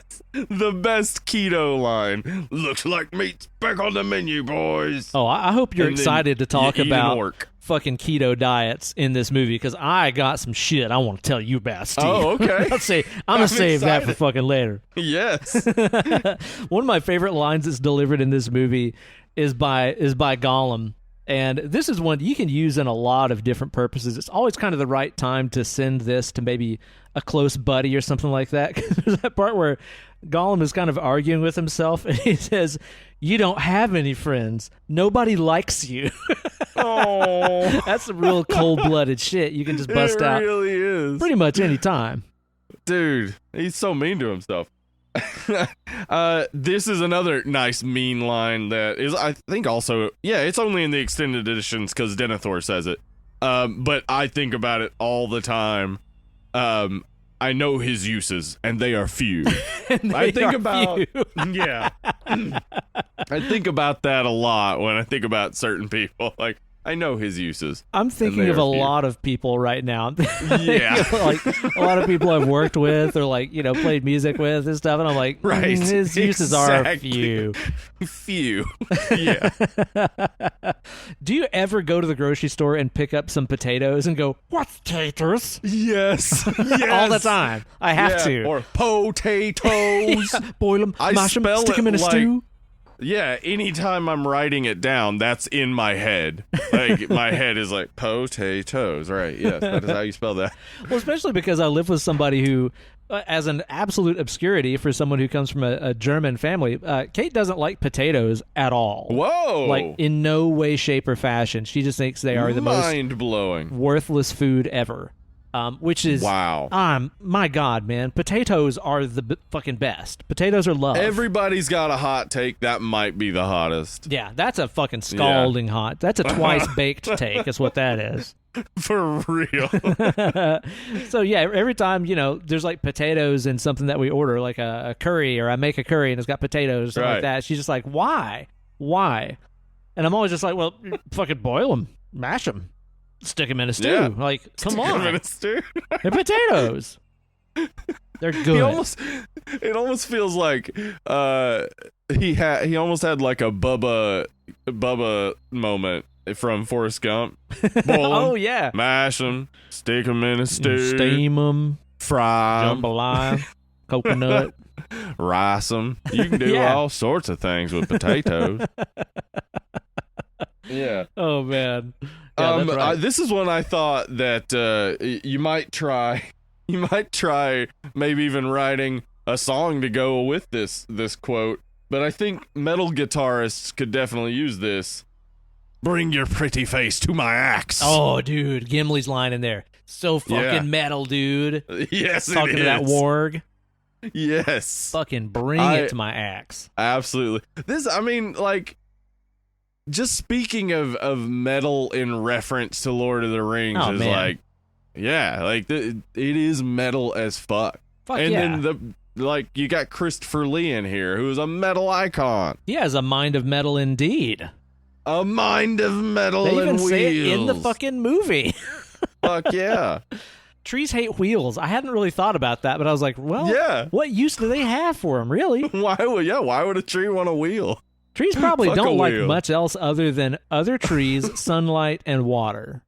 That's about all they Oh, like. and dirt. They like dirt a Yeah, lot. they're big on dirt. Yeah. Oh man, I bet they have big like opinions on dirt. Probably. The dirt over there fucking sucks. Now you know the int's got to be cussing. Oh, yeah. You know they do, man. You know they Yeah, do. like somebody steps on a root. 20 minutes later, Son fuck. of a bitch. And I'll tell you what, too. Speaking of those ints, there's a line. This is one of those ones, man, where like, me and my friend Mitch, old Flat Earth Mitchell, Old Trueblood, Mitchell. Yep. we both have always been obsessed with these movies. Like, it was the kind of thing where it's like any time that we were over at his house, like these would be on DVD. I mean, this entire time period, these movies were always on at your house or your friend's house. They were just always on, always. And there was True. always a line that Treebeard says whenever he's like summoning up all the ints for the int moot. Right. And it's just like the way he says it is so fucking funny. And we always talk about this, especially when we're talking about like guitars and like what wood we'd want to have this Right, guitar made of or okay. whatever. He's I like, see where you're going. bitch, oak, chestnut, ash. That seems to always come up. Yeah. And it's also kind of muddled up with that part in Best in Show where Eugene Levy is looking at the little train station village that guy has made, and he's like, I would put tiny leaves on all the trees, maple, oak, chestnut. Like, it's kind of muddied up with both of those. You know the part I'm talking about? Yeah. Yeah. Those two have gotten kind of blended in Mitch and I's strange hive mind that we share. Funny combo, yeah. Yeah. So that's one that we definitely throw around all the fucking time, as well as that part in the first movie where Bilbo sounds like fucking Ozzy Osbourne, and he's like, "It's my 111th birthday." Just sounds like fucking Ozzy. Birthday. Yeah. Just really runs over it. Yeah. Yeah. You got any others here that you use all the time? I got one more that like I think of or say pretty regularly, and I don't know like why my association, like anytime a professional whatever fucks up at their profession, I think a wizard should know better. If you're a professional at something, you are a wizard and ought to know better. You ought to know better. That makes perfect sense, I think. Yeah.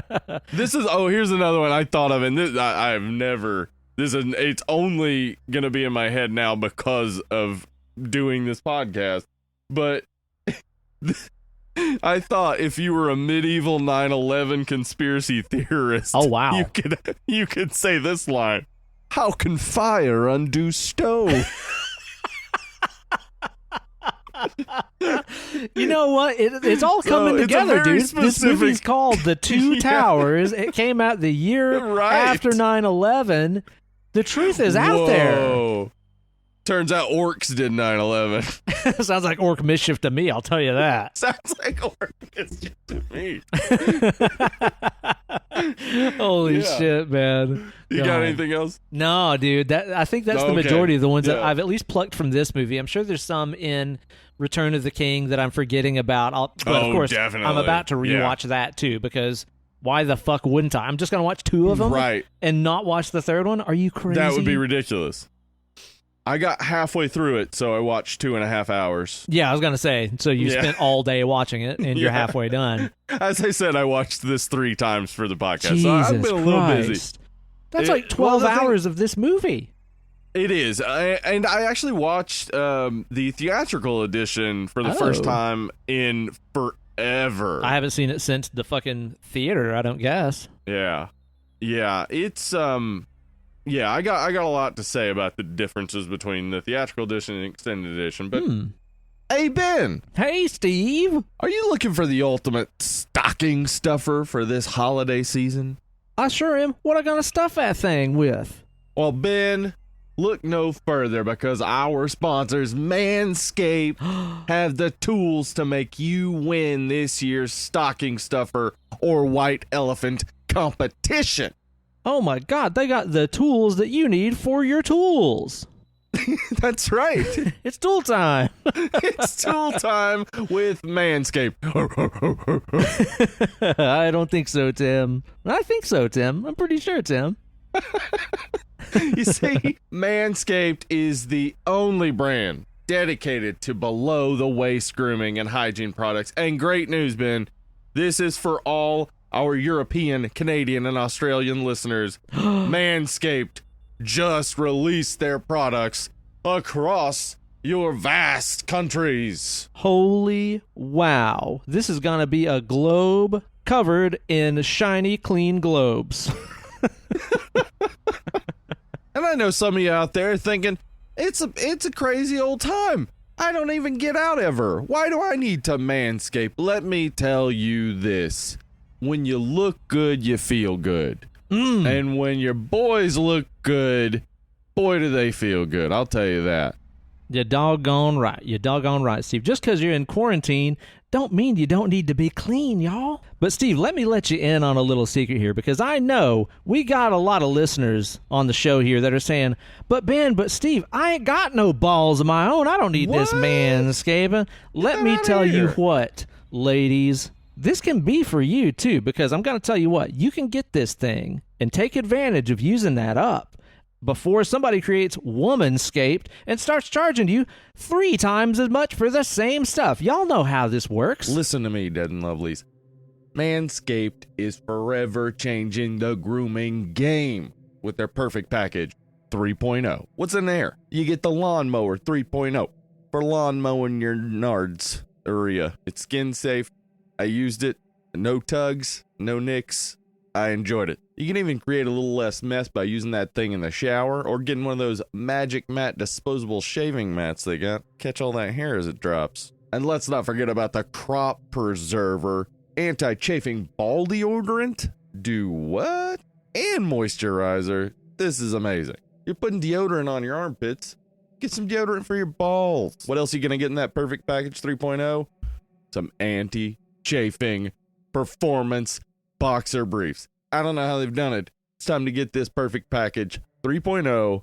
Get clean like Mean Gene's bald head. Get 20% off and free shipping with the code DEAD20. That's DEAD20 at manscaped.com. So this holiday season, be sure to trim the tree and trim up your balls with Manscaped. Your balls will thank you. And so will the people that love your balls. Let's get into this. Let's get into Two Towers conversation. Talk about the Twin Towers of the Lord of the Ring. Now, this movie is one of those rare times that a part 2, a sequel, came out. And more than lived up to your expectations. Because there's so many times, man, where, you know, a part 1 of something is completely incredible and you love it and you know part 2 is coming and it comes out and you're fucking disappointed. And this was not one of those times. No, not at all. As I said back on our Fellowship episode, like, these movies are massively important to me, and I loved the first movie, you know, as soon as I saw it in theaters, whenever it came out, and, you know, we knew the plan. The plan was that they were going to release them sequentially year by year around Christmas time, which is part of why I watch these at Christmas, I guess. Yeah. But you know what? Hey, it is a Christmas movie. There's elves, right? Right? Elves. True. Christmas. True. There's a guy with a white beard. Mm-hmm. Yeah, Santa. Come on. Absolutely. It's right there. And by the way, he sort of brings a huge present at the end. The Riders of Rohan. So that's true. That is true, basically, this is a Christmas movie. Yep. He dies and comes back, kind of like Jesus, if you're into that. So, you know, I think it works. So whenever, you know, we knew that the second one was coming out, the expectations were certainly high because that first movie was just so mind-blowing whenever it came out that it's like, how can the second movie live up to that? But these movies all really flow together as though to feel like one fucking movie. Like, they were all filmed, you know, simultaneously. Right. Yeah. With the same crew and everything working on them. So you do have a really seamless feel. It doesn't feel like, oh man, part 2 was directed by a different guy and it looks way different. And then part 3, it's not like the fucking new Star Wars movies is what I'm saying, where you can tell a lot of hands in all that trilogy. Yeah. Mm-hmm. This is completely consistent because you had the same crew that were all just obsessed with making this as perfectly as humanly possible, no matter what it took, no matter how much time it took, no matter how much budget it took. You had a giant crew of people obsessed with making this perfect at literally any cost. And they handled all 3 movies in-house themselves, and it absolutely shows through because whenever I saw this movie, I was every bit as thrilled as I was when I saw the first one. And I just absolutely couldn't wait until the next year to see how the entire thing played out and finished up with Return of the King. You know, it absolutely is recapturing the magic of the first one, which I'll say for me personally is very rare because you know how much of a sucker I am for an origin story. Yeah. I love the setup, you know? Like, I love the world building of, like, here's a person that's living an ordinary life. Now they're ripped out of it and thrown into magic adventures and stuff. Like, I love that shit. I love the first Harry Potter book. Absolutely. I've read it like 1,000,000 times. Same with the first movie and stuff, too.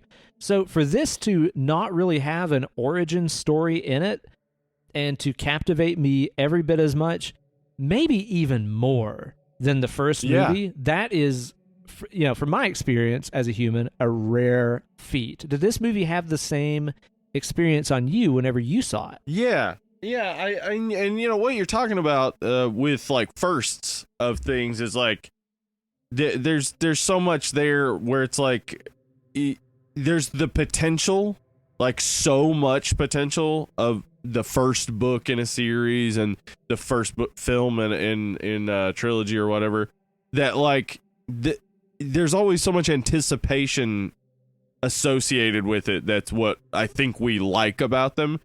So yeah, what you're saying, for a second to really follow up and like I do think surpass the first is rare. I mean, you think of maybe like Empire Strikes Back as an example of a sequel that is better than the original. I would say any number of sequels in the Friday the 13th series are better than the first for me. Some people might say Pinkerton by Weezer. Drink. Yep. That's definitely There's another one right there. Dead and Lovely drinking game. But yeah, I think you're right. Like, just like the fact that there's everything's already established for us in this, but you still go into it with that same sense of wonder. Yeah. Of like, so much could happen. The world is so big and there's so much that you could see happen. And there's so much to think through, like so many different storylines. It's real hard to think of a sequel that more perfectly nails exactly what you would want out of a sequel. No doubt. Than The Two Towers. For sure, man. And the thing about it is like for a really successful part 2 to work, it can't just be a repeat of part 1. It has to expand the world. It has to introduce new elements, new dangers, new characters, and stuff like that. But you can only successfully do that if the characters and their personalities and storylines are well developed enough in part 1. Right. And, obviously, there's like 1 million characters in this shit. There are a lot of characters throughout these movies. So many. Like, it's not even worth talking about the cast and everything they've been in, because they've been in everything and there's 1 million of them. Yeah. That's the cast. Exactly, man. And, we were introduced to all those main characters and they were fleshed out so well in the first movie. I mean, you got to know the Fellowship of the Ring, Gimli and Legolas and Aragorn, all the characters and stuff in there were so fleshed out that whenever the second movie starts and we're introduced to all these other new characters, like the Riders of Rohan and all these other cats that are in this movie, that it's like, okay, I'm ready for more characters. I can take more on because the central cast is so well established already. Yeah, there's no question about who they are. Like, the only one that we're watching develop like very drastically is Frodo. Yeah. And that's the main story in itself. So like, it makes sense. It's everything is just so perfectly set up to basically play with your toys. Like, that's what this greatness of this sequel is they're playing with their toys. Like, we've set up all these really cool toys, and now we get to make them bash together and have a war. And then they scissor afterwards and make up. And this is like genius writing choice, basically, because Boromir's death actually happens in the beginning of the Two Towers book. Yes. And the Two Towers book ends with the Frodo in the cave and Shelob and all that. Yeah. So the Two Towers movie is an invention, essentially. That's true. It's kind of like got a little bit of its predecessor and the book that came after it at the same time. Yeah. And it's basically taking classic books that people adore and editing them in a way that everybody still liked. Yeah, because that's the thing, man. Like, okay, and for all the Lord of the Rings nerds out there listening, if you haven't figured it out, there are people that don't love the movies. That's true. For sure, that love the books and don't love the movies. But it's few and far between, I've found. Yeah, but I was gonna say, like, for all the Tolkien scholars listening to this, if you haven't figured it out yet, we're not Tolkien scholars. Like, No, we're fucking idiots. no. Like, I've read the books once. I have not read the book. Yeah, we've seen the movies a million times, but we still know, just because we're so obsessed with this shit, we know there's differences and stuff. And absolutely. you know, again, having read the books and stuff like that, I can tell you for sure, even though it is absolutely astounding, I mean astounding, how much detail Tolkien put into this world. The languages, the geography, the history of everything. I don't know how one person did it in one lifetime. It's absolutely unreal. Could have used an editor, though. Like, honest to God. Right. You know, if you've ever read the books, you know, they get very wordy and very verbose, and there's Extremely. a lot of... That's why I couldn't get through them. Yeah. Because I started reading the first one, and I got, like, 10 pages in probably, and was just like, what the fuck? Not interested. Oh, yeah. Set it aside. It's going to be about 100 pages before you get out of the Shire. Anywhere? Yeah. Right. And then it gets really cool. But there's still, like, a lot of little side stories and diversions that don't really matter all that much. And it's like, well, yeah, but that's how life goes. And it's like, yeah, but this is a book, so I want to be told an entertaining story. I want to be entertained. Yeah. Right. So the choices that they made with these movies, I'm very okay with. I mean, the way that the Two Towers book ends with, you know, Frodo's possible death is an incredible cliffhanger. Yeah. I mean... But you can't pull it. Yeah, exactly. You can't pull it now. It's everybody knows it. You can't pull it. It's 2002. Yeah. So so why even bother tacking it onto this? Because after the absolutely fucking incredible battle that we have in this movie, you would need to spend an additional 20, 30 minutes leading up to the betrayal that leads to Frodo's possible death. And it's like, at that point, I think that just would have been a really weird rhythm for this movie to end that way, where it's like, incredible, heroic battle, the good guys won. 20 or 30 minutes later, this guy dies in a cave. See you next year!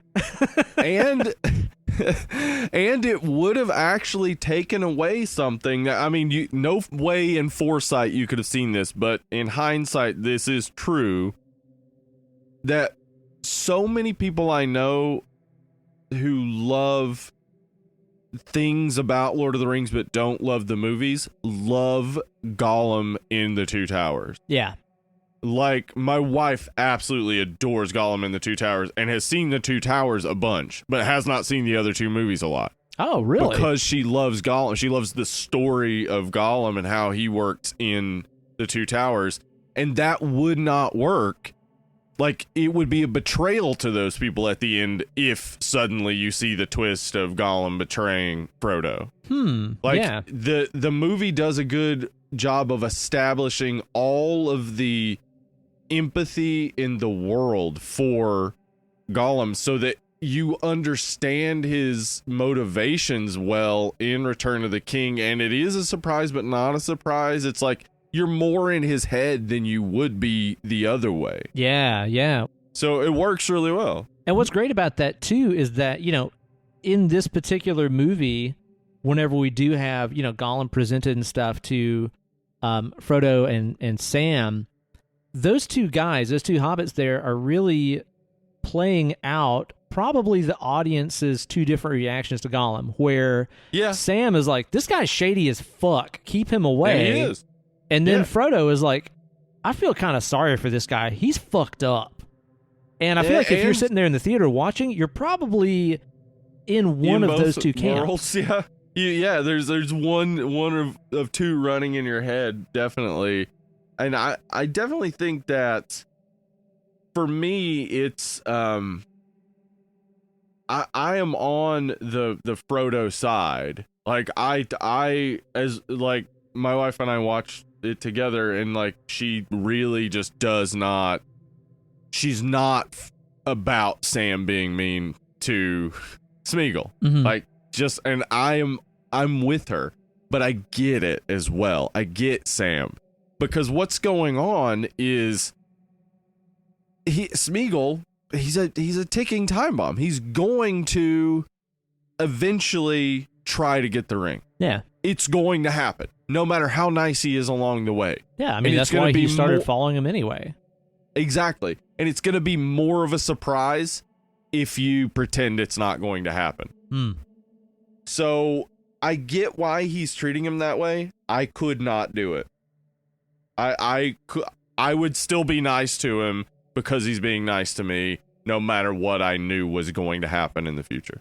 But then at the same time, like, Sam's distrust of Gollum is all related to how much he loves Frodo. Because ultimately he's he so is there dedicated to Frodo. Yeah, he's there to protect his buddy and to keep him safe, and he sees this guy as a threat. He's like, you're out here to fucking, fuck my boy over. So I distrust you. It's not a matter of like him being a distrustful prick that just doesn't like people or let people in. No. It's because of how much he loves Frodo that he doesn't accept Gollum. Right. And so I it makes it more understandable. It does. And I think that so Andy Serkis plays the role as an addict. Like, he's emaciated, he's got that barely there hair, some fucking rotted out teeth and stuff, big bulging eyes, very, very much like a fucking crack addict or something. Yeah, so Gollum is so he is, in some ways, it's like Gollum is the pusher. He's got he knows the buttons to push with Frodo regarding the ring. Yeah. Again, I haven't read the books. I'm going to read the books before we do Return of the King next year. That is my solemn vow. But I know that in the books he spends 5 centuries with the ring. Yeah. So long time. Yeah. So Smeagol knows the ring in and out and knows exactly what Frodo is going through. And in some ways seems to be like, I get you. Like, I'm with you. I know it's a heavy cross to bear. Right. We'll get there together or whatever. Yeah, I've been through this too. But in the same way, he wants it in such a way you cannot understand. Mm-hmm. He's had it for 5 centuries. Yeah. He's followed...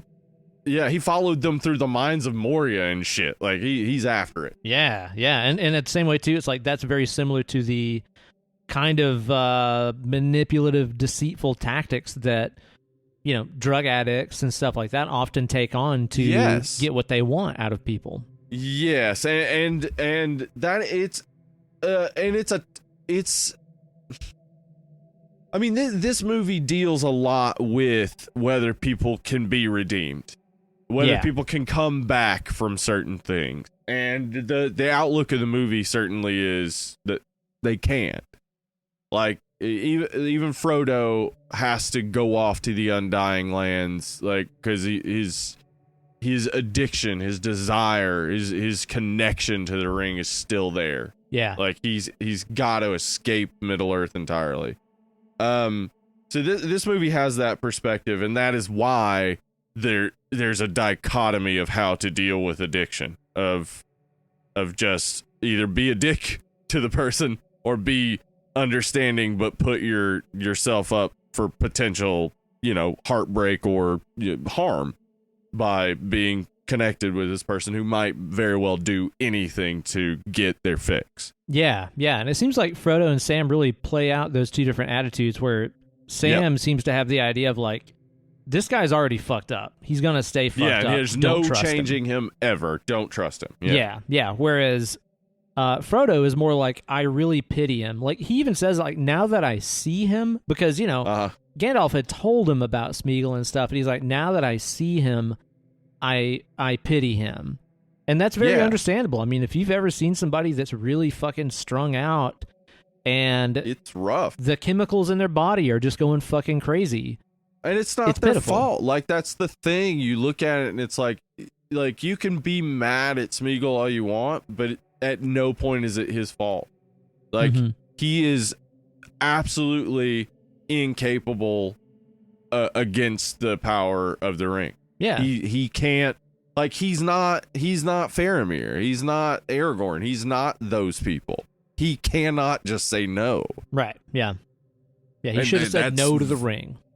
Right, exactly. But that's exactly what I'm saying, is that like that there's so many people with that proclivity, and the society we have, unfortunately, in America is very much set up to create addictions. Yeah, for sure. So there are people who are just like Smeagol. They're never going to have that power to say no. And unfortunately, if it comes into their possession, if they end up in that situation, it's just gonna happen to them. Yeah. Yeah, Smeagol is very much representative of that in a way that I probably was not in the books, I would assume. I can't remember exactly how much all that played out. I want to say that it's pretty accurate to the book, but maybe I'm wrong. It's been several years since we went through the book, so maybe I'm wrong. Having seen it as a former, like when I was religious, I saw so much religious allegory in this, and knowing that Tolkien was a devout Catholic, what I think that he was going for with this was particularly sin. Like, he was thinking this as the person who falls into sin. Oh, temptation. Right. I don't think he saw, like, he probably didn't have a lot of experience with actual drug addiction. Again, don't know for sure, but I'm not sure where to go with that. I think it is Serkis's decision to play it like an addict that makes it read that way. But that also makes too, it work that way. You know, the design of the character speaks a lot of that as well, where he has this it does. Emaciated, super skinny, emaciated. Yeah, he looks like one of those creatures at the bottom of the ocean that lives in total darkness, that has overdeveloped eyes and the pale skin that's almost translucent and stuff. Because of course he's lived in the caves of the Misty Mountains for fucking ever with the ring. They said that they did like literally thousands of design sketches before they decided on that one. Yeah, which is wild. And it's wild to me too to think about the fact that, you know, in this trilogy of movies, when you think about the Lord of the Rings, of course you think about Gollum, you think about Andy Serkis' performance and stuff, and you're like, oh yeah, he's not really in a third of it. Like, he's not in the first movie at all. You see his hands and his eyes. There's just the hand and the eyes that we see in Moria and then on the river. Yeah, and Shire Baggins. That's basically it. But the fact is that even though he's only in, 2 out of 3 movies, the performance and stuff is so legendary that you think of it as being this all-encompassing thing that's all over the entire trilogy. When he created a type of performance. Yeah, for real.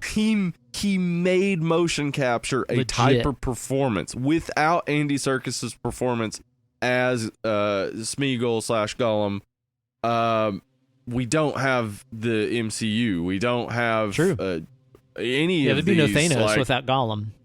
Absolutely not. We do not have these types of movies without this, because he created a type of performance that is very much like recognizing how your body works in space in a way that acting never has had to really deal with. For sure. And Andy Serkis is a goddamn genius, is what I'm saying. Oh yeah.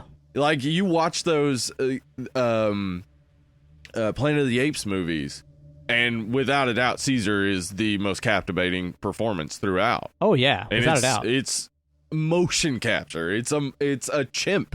It's not even a real chimp. It is a completely fabricated chimp, and still compelling. Yeah, and that's the wild thing about it too, though, man. Is like Andy Serkis, whenever his agent got him the job, was like, "Do you want to fly out to New Zealand for a couple weeks of voiceover work?" Yeah, for a voiceover role. Yeah.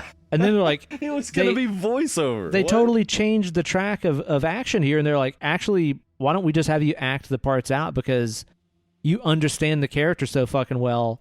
I mean, dude, it's one thing to be an amazing voice actor, and Andy Serkis is an incredible, unparalleled voice actor, but then to also have not just the acting chops, dude, the physical acting chops to pull that off. Yeah. He's not just playing a humanoid creature like Thanos. Not taking No. anything away from Josh Brolin, but like No, not at all. He does great. Smeagol, But, yeah, Smeagol he's- and Caesar, like they don't act like human beings. He's not using a No. human being frame of reference whenever he was doing all that motion capture stuff and crawling around on all fours and speaking in this fucked up voice, but still being emotive and relatable and captivating. Holy Yeah. fuck, dude. It's amazing. unreal, especially when you look at the time Yeah. context of this too. I mean, we're talking early 2000s. Yeah, this is like there had been motion capture before this, mostly for video games, but yeah. But like the concept of like somebody doing like basically you have to recognize how the ping pong balls work. Like you got to recognize how the motion capture suit works. So like to be able to do that at the genesis of it, like it's ridiculous. Yeah. It would be like the first guitarist just ripping out a riff that somebody came up with recently. Yeah, it's like the fucking how? the Wright brothers designed a 747. Like, holy Right. fuck! Like, What? how did you see the potential in this so far ahead of the fucking game? Yeah, it's amazing, man. I like. There's no way to have recognized it back then. Yeah, Like to have recognized exactly what you were seeing, because you look at it back then. I didn't even think about it ever. no, that I didn't even we think had that just wasn't real. seen.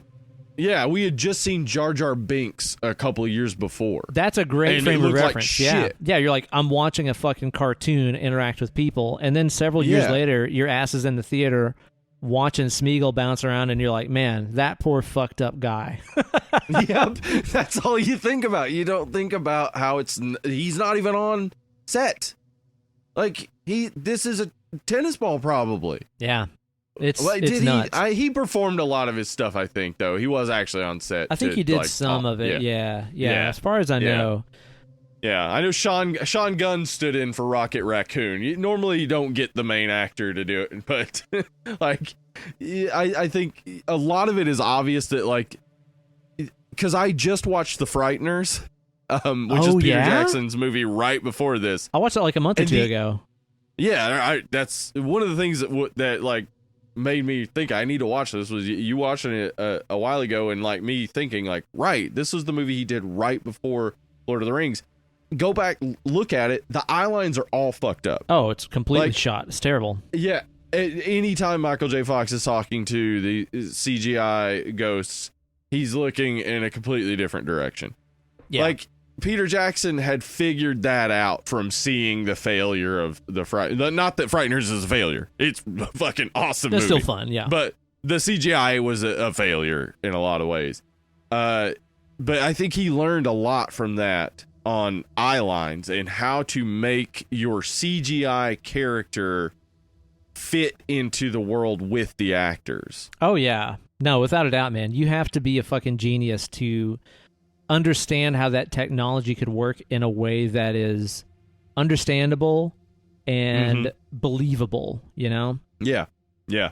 He, So, yeah, he this- drew I the mean- blueprint for everything that's come after it, man. He really did. Like, right, yeah. you know, I'll sit here and talk shit all day about the Hobbit movies. I will. They're fucking terrible, and I hate them. They were but cash grabs, and, Yeah. and like that's been acknowledged that they were cash grabs. And he I don't think he ever envisioned it as 3 movie. Oh, no, not at all, man. That was absolutely a studio decision for sure, man. Yeah, But it's like even if you hate those movies like I do, it does Yeah, they're not bad. take away from the fucking genius that is these movies and the way that he treated Yeah. these things, man. Because you know Yeah. it's kind of like with the Gollum thing. You were talking about how it'd be really easy for it to come out terrible, to have this motion Yeah. capture suit guy bouncing around like Gollum and stuff. And it's like, really, ultimately, this entire thing, you're talking about having elves and wizards running across the countryside and stuff. It would have been very easy for this all to come out fucking stupid. But look what happens when you take the subject matter seriously and respect the source material and treat it seriously. I mean, it's really ultimately what we ended up seeing with the entire Marvel franchise of movies too, where it's like, oh, right. look what happens when somebody takes the source material seriously and respectfully and does it right. Yeah. Oh, what do you And know? I It's know- fucking great. I realize there are people who absolutely just hate the MCU, but you do have to see it as a cinematic achievement. Oh, yeah. Whether you think the achievement is a positive or a negative, it is an achievement to have 20-something movies all carrying on the same single storyline. Oh, yeah. Yeah, like, without a that doubt. is amazing to have happened. And that is, this movie, inadvertently, Freddy Krueger is responsible for this. Yeah, Like, New Line Cinema. This is New Line Cinema, the house that Freddy built, created Lord of the Rings, which made it possible for these like huge franchise developing over large numbers of movies type of franchises. It's amazing that, you know, I mean, again, the Hobbit failed and it should have failed. When the moment they said it was 3 movies, it was like, what? How? Come on, yeah.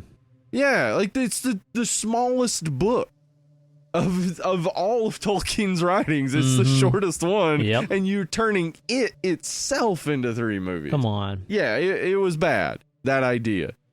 But I mean, just the way it had an effect on the business outlook of a production company really acquiring a property and doing a full service to it. Oh, Like, yeah. Change the really game. caring about it. Yep. Taking it seriously, Yeah. man. Really did change the Yeah. game. And, you know, on the subject of the design of Gollum, one thing that I found out while I was kind of researching the movie here for the show is that one of the visual inspirations that they used was Iggy Pop. You can tell, too. Yeah, like Yeah. after you hear that, Yeah. you're like, yes, I can absolutely see that. And Yeah. the idea that it kind of spawned in my mind is, what if one day they did like a reshoot or even just like a, you know, replacing of Gollum in these movies just with Iggy Pop? Not acting as Gollum, but Not just acting as Iggy Pop. with him as Iggy Pop. Like, tell me that wouldn't be fucking incredible. Like, yes. not using the voice, like, just talking like Iggy yeah, Pop. I would, yeah, like, I wish I could do an Iggy Pop impression because I hear it in my head. Yeah, him and you just can singing, see like, it. We're just gonna go this trail, man. Like, There is a trail and there's a cave. And him just kind of looking dazed and kind of fucked up like he always does. I mean, just give me that movie. Really, like, I can also see just scoring scenes with Smeagol as with the song "Now I Want to Be Your Dog." What is that? Yeah, I want to be a dog. Exactly, man. Yeah.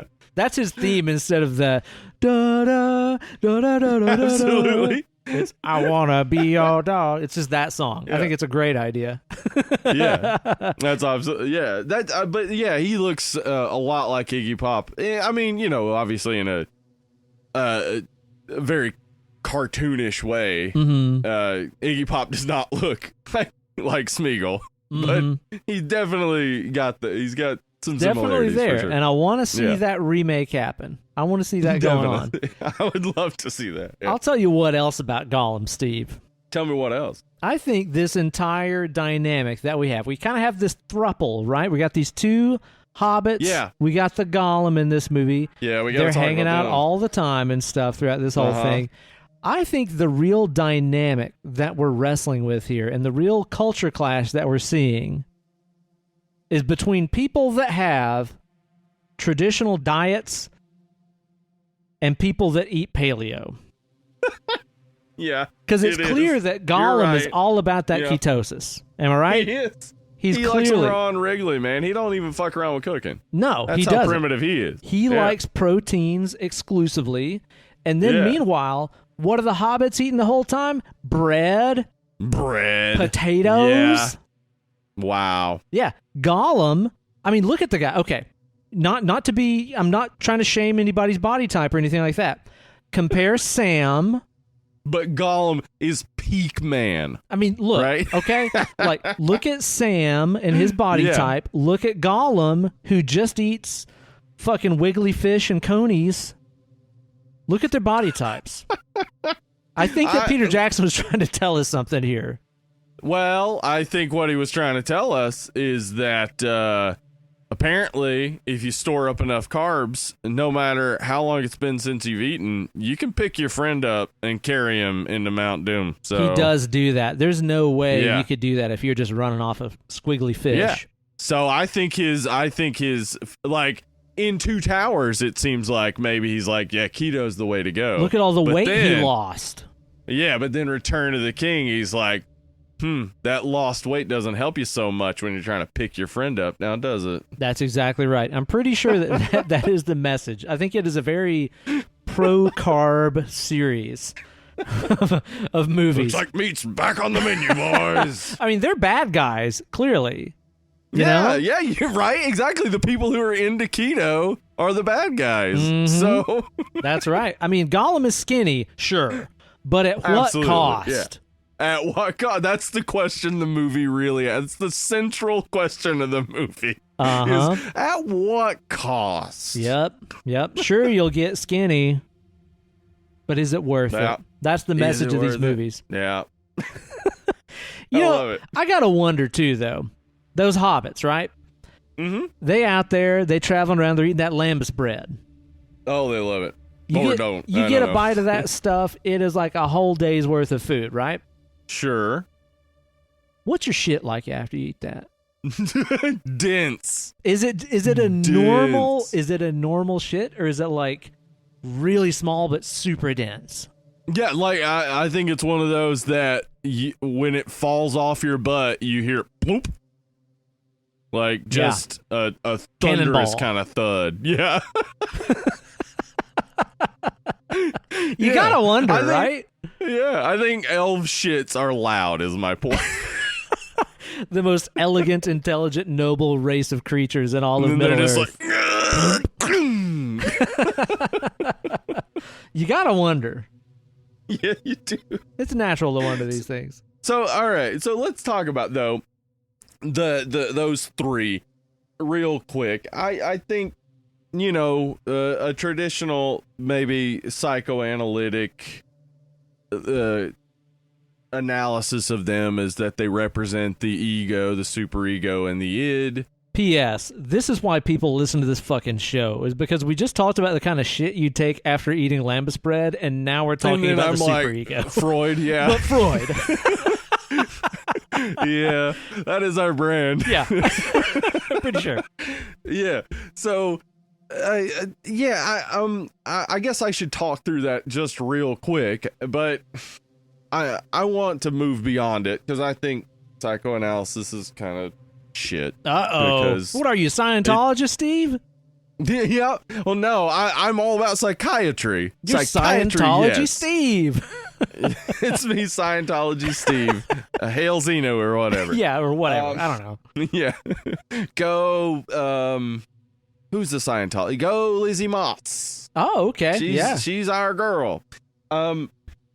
So the ego, superego, and the id basically would be that Smeagol is the id. Sure. He's this representation of our base desires and all of that. Then you got the superego, who is Sam, who is the internalized societal voice that tells us you can't do those things. And then you got the ego, which is Frodo. He's the distillation of those two things. He represents his base desires and clash with societal norms. Yeah. That's a fun little way to look at it, and It is. definitely exactly what Tolkien would have been going for because Freud was popular around his time. Yeah. Definitely the way to look at it. Yeah, for sure. And beyond that, you can then see how he breaks down that the id is in fact in conflict with itself, because the id can want murder and violence, but it Self-destructive also things. absolutely, but it can also want to be nice and pleasant because Yeah. those things bring us companionship. Mm-hmm. Yeah, that's really displayed, He- especially too during those scenes where Gollum has those, multiple personality conversations with himself. There's Yes. that one long monologue that he has where he's kind of on the left side of the screen, the right side of the screen, Yes. having the conversation with the good side and the bad side of himself. Yeah. And this is wonderful. It is a great exploration of Freud's theory, and really can like you can overlay that on a lot of stories and it works. Mm-hmm. Because people are reading Freud and being like, oh, that's a cool idea and that works for me. A rich white man. Freud's theories work if you're a rich white man. The end. Okay. Beyond that, Yeah. psychoanalysis doesn't work. You know, when you put it that way, it does kind of put it into Yeah. some perspective there, doesn't it? Yeah, because your ego as a white man is a choice. Yeah. Any other person does not get that choice on the same level. Yeah, if you're just literally struggling to survive, that's kind of a Right. different story entirely. Yeah. When the superego is the dominant voice, when when society is making all your choices, when you don't get the opportunities, psychoanalysis fails. Right. So it is definitely what Tolkien was going for, I think, and it is a good thing to explore if you're really trying to get into the depths of what Tolkien was going for. But it also like leaves out all other perspectives, which is another. I said earlier I was going to get back to the orcs and how fuck the orcs. Another problem that exists in Tolkien's universe is definitely it is subscribing to the theories of racial essentialism. Okay, that's something I was going to talk about. Yeah. Yeah, like we mentioned that a little bit on the first episode, that these are just very, very white movies. I mean, there's not exactly a lot of people of color in these flicks, and it's like Zero. As we said, Zero people of color. You can argue they were staying true to the source material. You can argue nothing in the source material said that none of these characters weren't black or Asian or anything. Yeah. Like, you could argue it really either way. Yeah, you could. There's no reason that these have to be only white. Yeah. There's no reason for that. Though the descriptions of the elves, they're white. Definitely Like, white. it's all about their fairness. Yeah. Yeah. Their blondness. Yeah, they're the Aryan ideal. For and sure. This is like, these are written like in that time where these are theories that are being talked about and discussed. Social Darwinism, eugenics, etc. yeah. Eugenics conversations were normal among Social elite, yeah, the social elite, aka rich white people. Yeah. At that time, it What do was you real know? common. We're on top, Robert. Blah, blah, blah, blah, blah.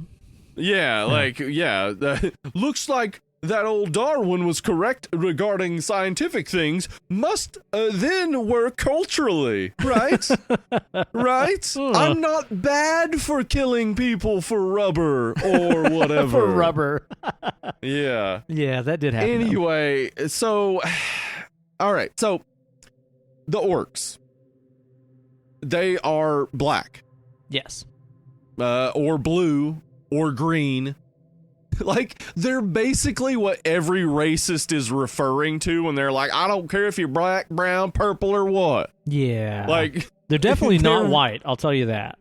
yeah, that's what they're supposed to be, is definitely not white. Anything but white.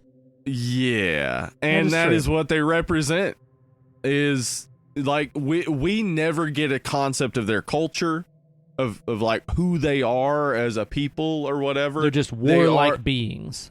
They're warlike, and they are enslaved by Saruman The the white. White. Oh, God. I didn't think about it that Yeah. way. That sounds Yeah, real bad when you put it that way, Steve. right. It Ooh. does. It does. So that is at the base of it. It's at the root of it. Peter Jackson's not infusing those things.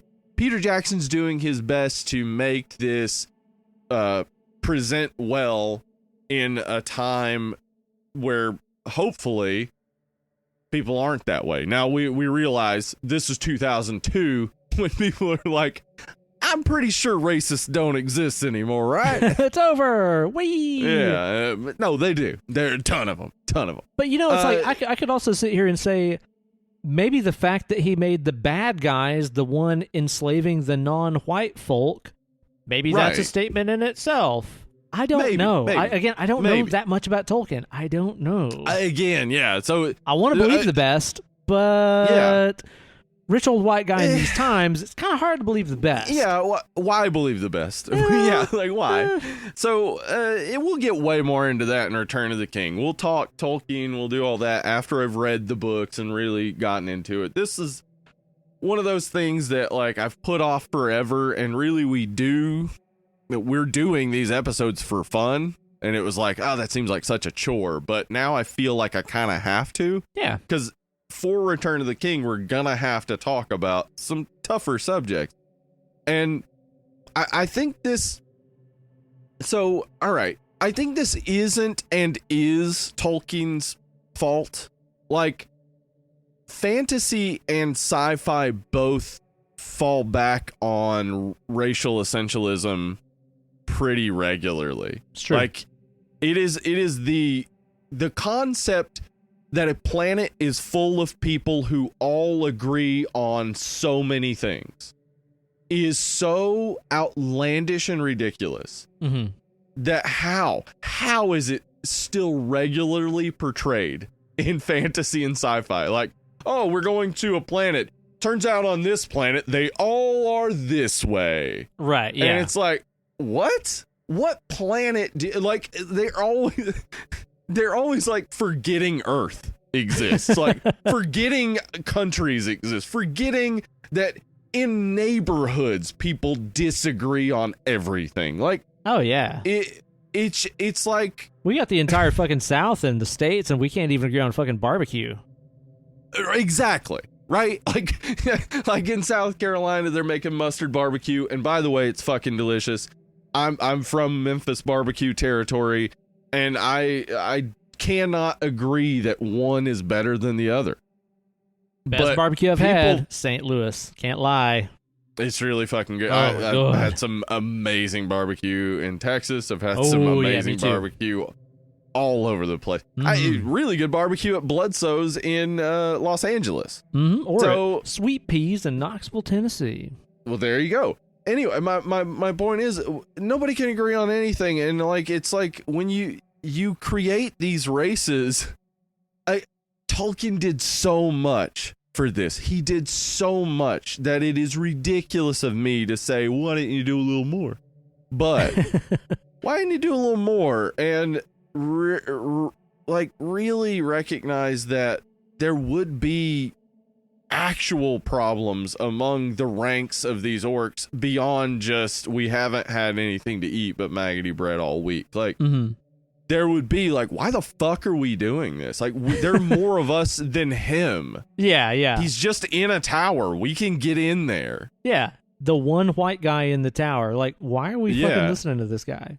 Yeah, like, because, like, what it kind of presents, and again, I'm stretching probably because I haven't read the books, but what it kind of presents is the concept that within slavery, people were held down by their own, like, inability to, conceptualize freedom. Right, Where, in fact, all of society was set up for them to never escape slavery. Right. Well, And it that seems, is it seems not like that's the case what with the we're being Uruk-hai. shown. I mean, the Uruk-hai are born into slavery to Sour Man. Sour Man, yeah, but like they're bigger than him. Like the second they come out, could they fucking could kill break his neck. ass. Easy. Yeah, yeah, like fucking yes, end it. And that's what I'm saying is that like the concept then is that they're incapable of doing that Mm-hmm. somehow, and that's like some sort of fucked up explanation of slavery that overlooks the reality of all of society was set up to maintain that. Right. It's one of those Like- things that when you say it this way, as much as I love these movies and as much as I love the source material, there's part of me that wants to think better of that, but at the same time, me too. I love it. I'm being very realistic, where I'm looking at his place in the world that he was born into and thinking that, like, yeah, that would be kind of a natural line of thought for him. Yeah, and I mean, it's endemic in fantasy and in sci-fi from that time. It's just going to be that racism is part of it. And that's what Lovecraft Country explores a lot. The show that we've done a Patreon exclusive episode on. Lovecraft Country explores that a good bit. That racism is like just a part of that literature of the time, and some of those things like linger because they're traditional, and like the writers now maybe don't have that same perspective, but it's like a trope of the genre. You like might be right. I think specifically about that Will Smith movie that came out like a couple years ago, the Netflix movie. What the fuck was it called? Where it was like there were orcs, like the orcs. Yeah.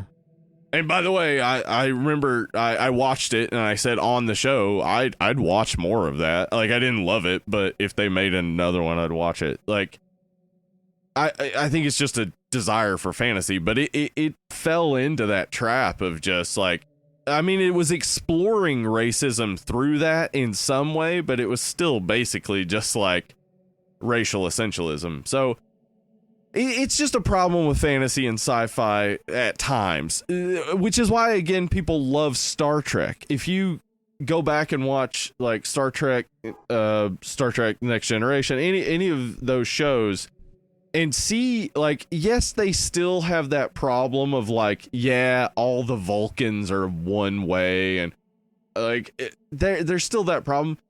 What they tend to explore in Star Trek is the person in that culture who is different. Like the person who is like, turns out not everybody is that way. Like that's a more interesting exploration in fantasy and sci-fi, and actually there's a ton of good fantasy and sci-fi that does that. I'm not saying it's a problem with all fantasy and sci-fi. It's still there with some of it and with some popular stuff.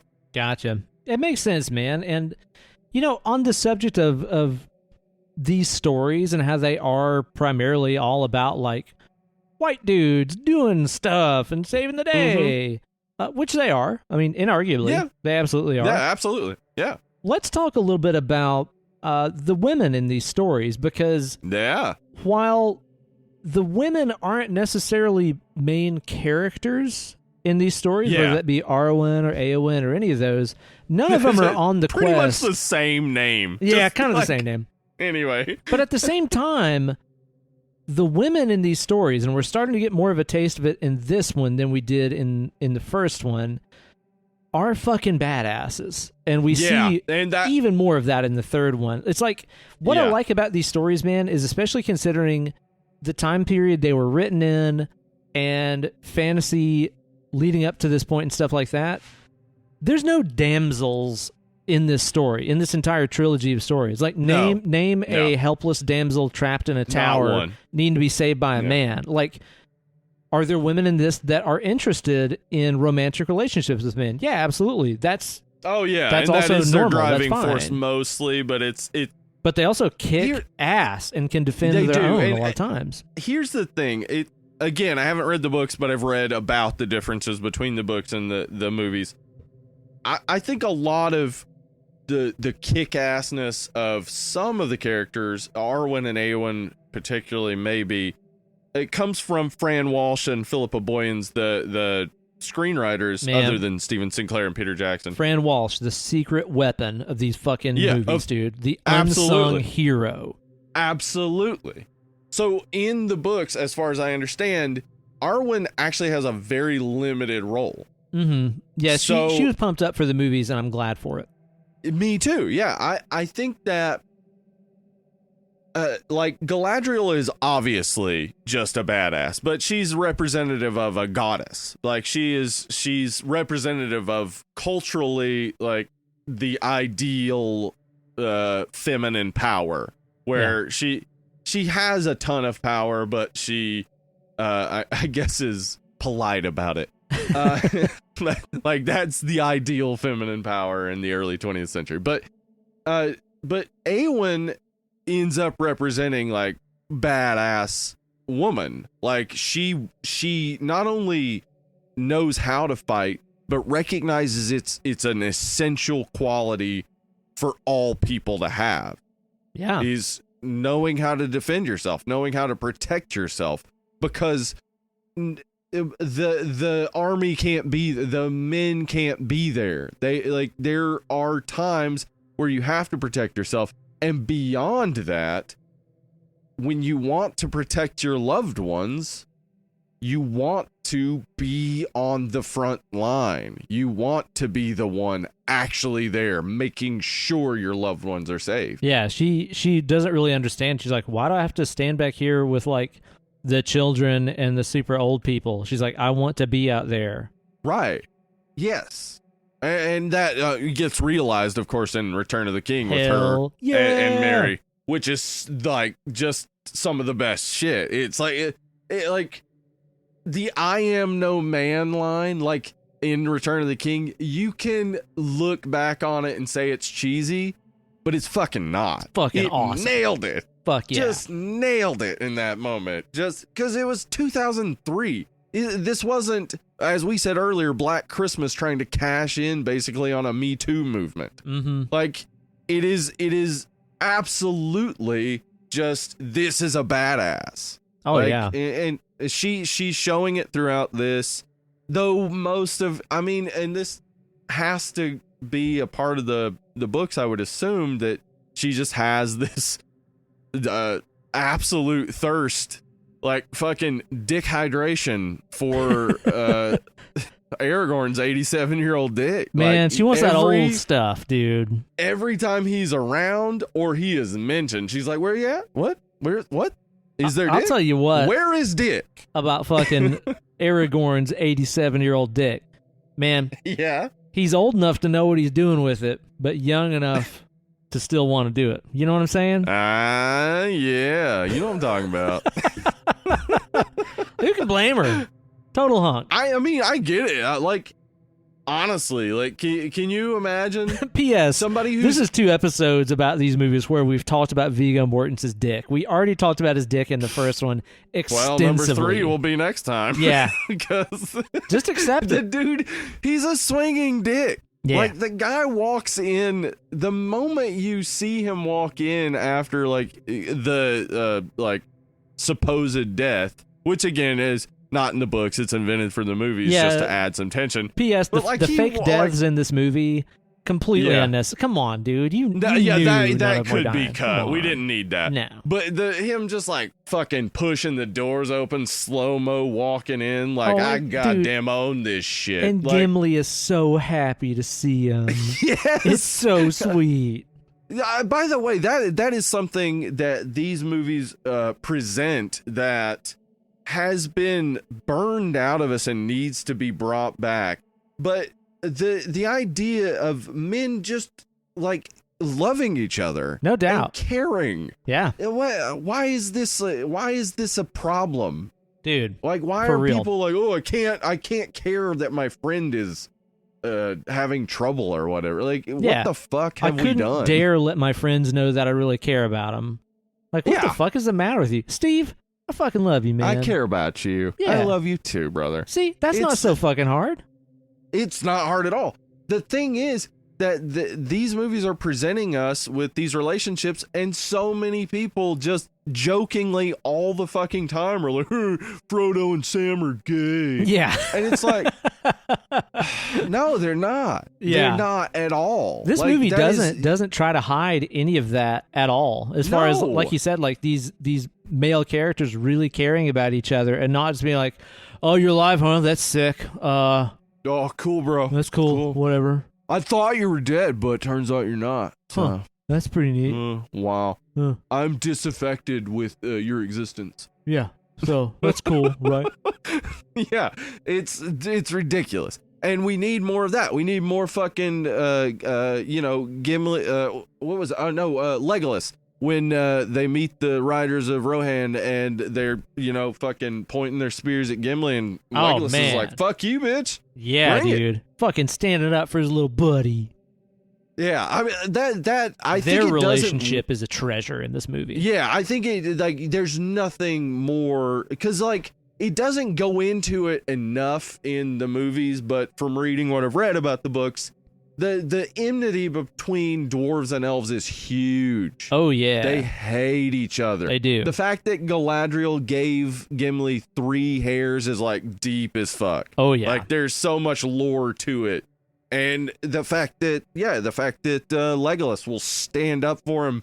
They haven't gone through everything yet. There's so much more to go, and he's already that dedicated. Mm-hmm. It's amazing. Yeah, totally. And that's absolutely okay and should be fucking normal. Yeah, we should just stop with this, first off, it's homophobia is all it is. Oh, yeah. You're not pointing out that 2 characters should fuck lovingly. Mm-hmm. You're not saying, oh, no, I think you guys would be good together. You're doing it because 2 men are having an intimate friendship. Yeah. And you want that to be bad for some reason. You want gayness to be a negative that you then apply to these men and make their relationship negative in your eyes. Mm-hmm. It's just wrong in all ways, is what I'm saying. The jokes are the jokes are they're tired, they're played out, and they're not even funny because all you're doing is being homophobic. Yeah, pretty much, man. On the subject of Eowyn, she's a fucking badass. She's awesome, especially we see it more in the next movie, as you said. But I am eternally disturbed by whatever that lump of stew she serves Aragorn is. What is that thing? What the fuck is that? Some craft reason, guy made that.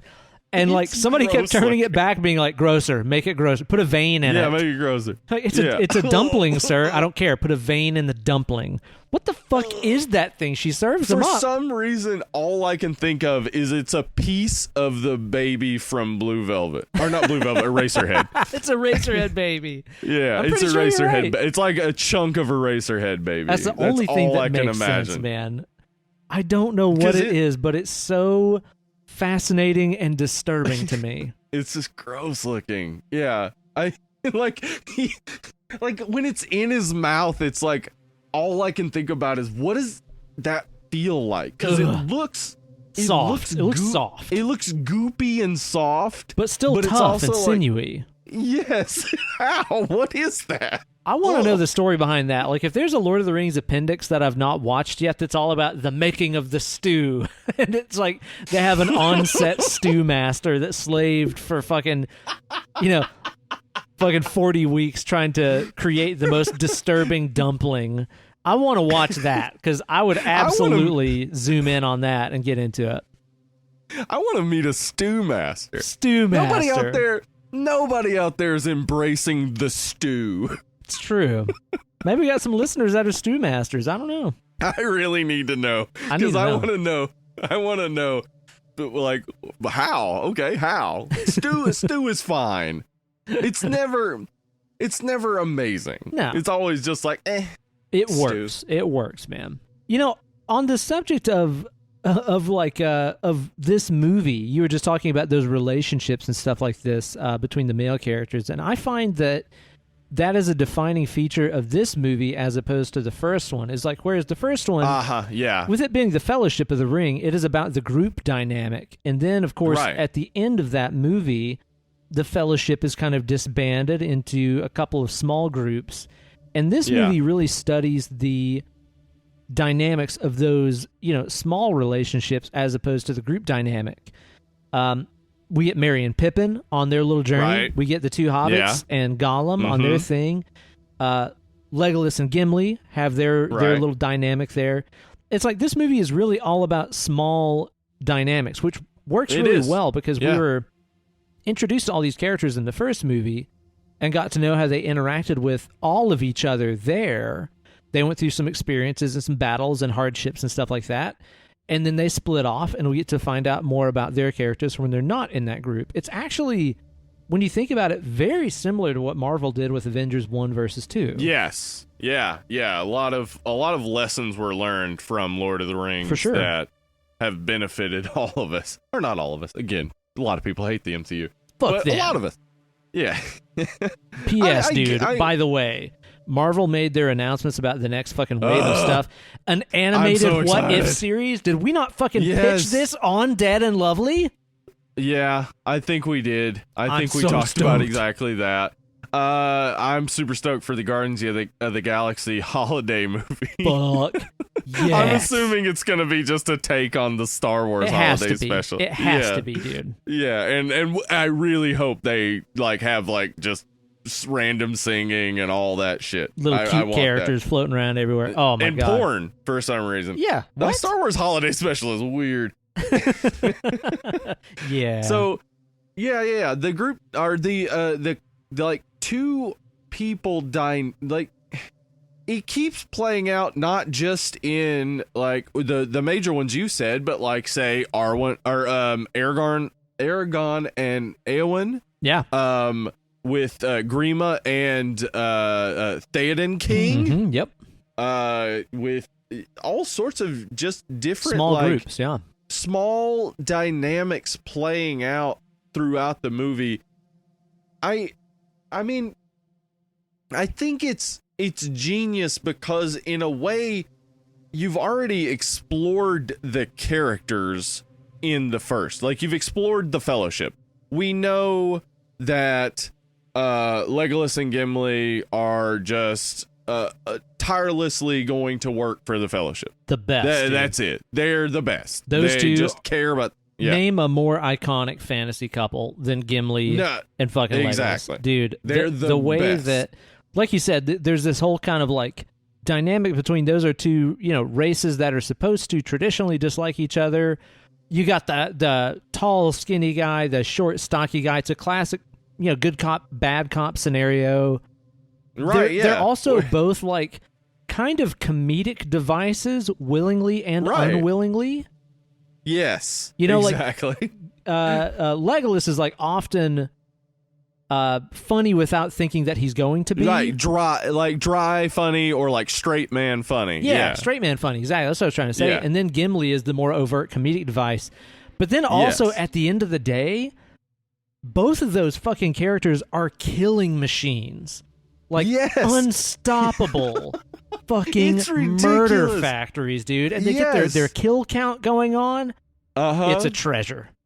It is. It's 42 to 43 at the end, and then of course Legolas shoots the guy he's already sitting on, who's only twitching because Gimli's axe is in his nervous system. Embedded in his nervous system. It's just such a wonderful like friendship rivalry thing. Like, it just exactly what the movie needs, because everything else is serious gravity. It's them and Pip and Mary that are our like outlets. And I'll tell you too, man, like the comedic elements in this movie, I think are so fucking well placed. Where Yeah, and this is Peter Jackson. This is Yeah. all Peter Jackson. he Yeah. knows silly. He can do silly when he wants to, but it never gets Absolutely. over the top. Like, I felt like there's a lot of elements in the Hobbit movies where it was just like, okay, it's fucking silly, we get it.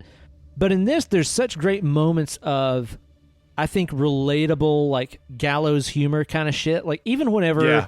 Legolas and Gimli are standing up on the wall, right as all the orcs are approaching and stuff, and he's like, tell me what's happening. And Legolas is like, do you want me to get a fucking phone book you can stand on or what? Yeah, basically, yeah. And then Gimli turns to him and just laughs. Like, that's exactly the way that, like, tight friends just kind of, like, fucking jab at each other and then laugh Yeah. about it. Yeah, because it's not intended as like a jab. It's intended as a joke because you know the person so well. Yeah. Like it's what roasts, the Comedy Central roasts have left behind, but what roasts used to be.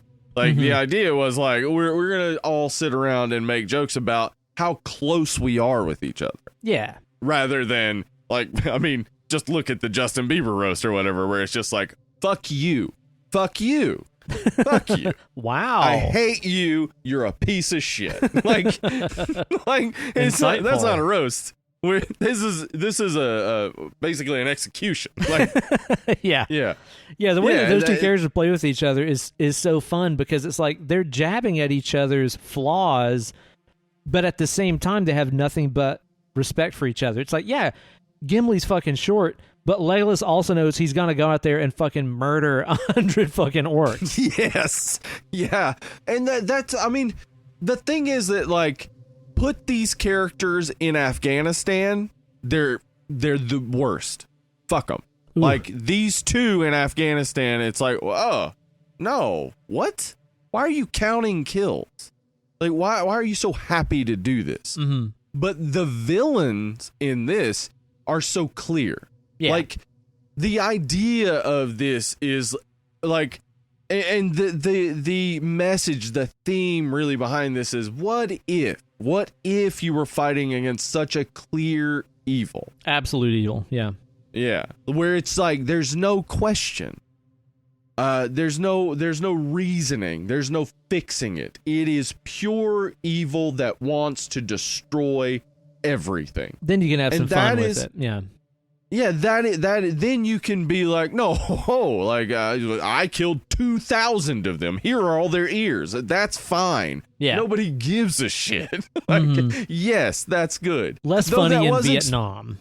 Yes, exactly. Though that was explored well in the Walking Dead comic and show of basically the governor seeing the undead as these like very clear and obvious enemies and like cutting off their head, like still moving heads, and keeping them in aquariums in his house to just as like trophies of like, fuck these things. And that being a gross thing, a thing that you see and be like, oh no, like That's fucked up. you could very much see Gimli and Legolas as fucked up.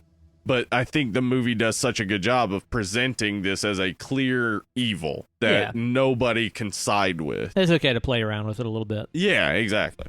And another dynamic relationship that we explore in this movie is, of course, of a new character, Grima Wormtongue, Oh man.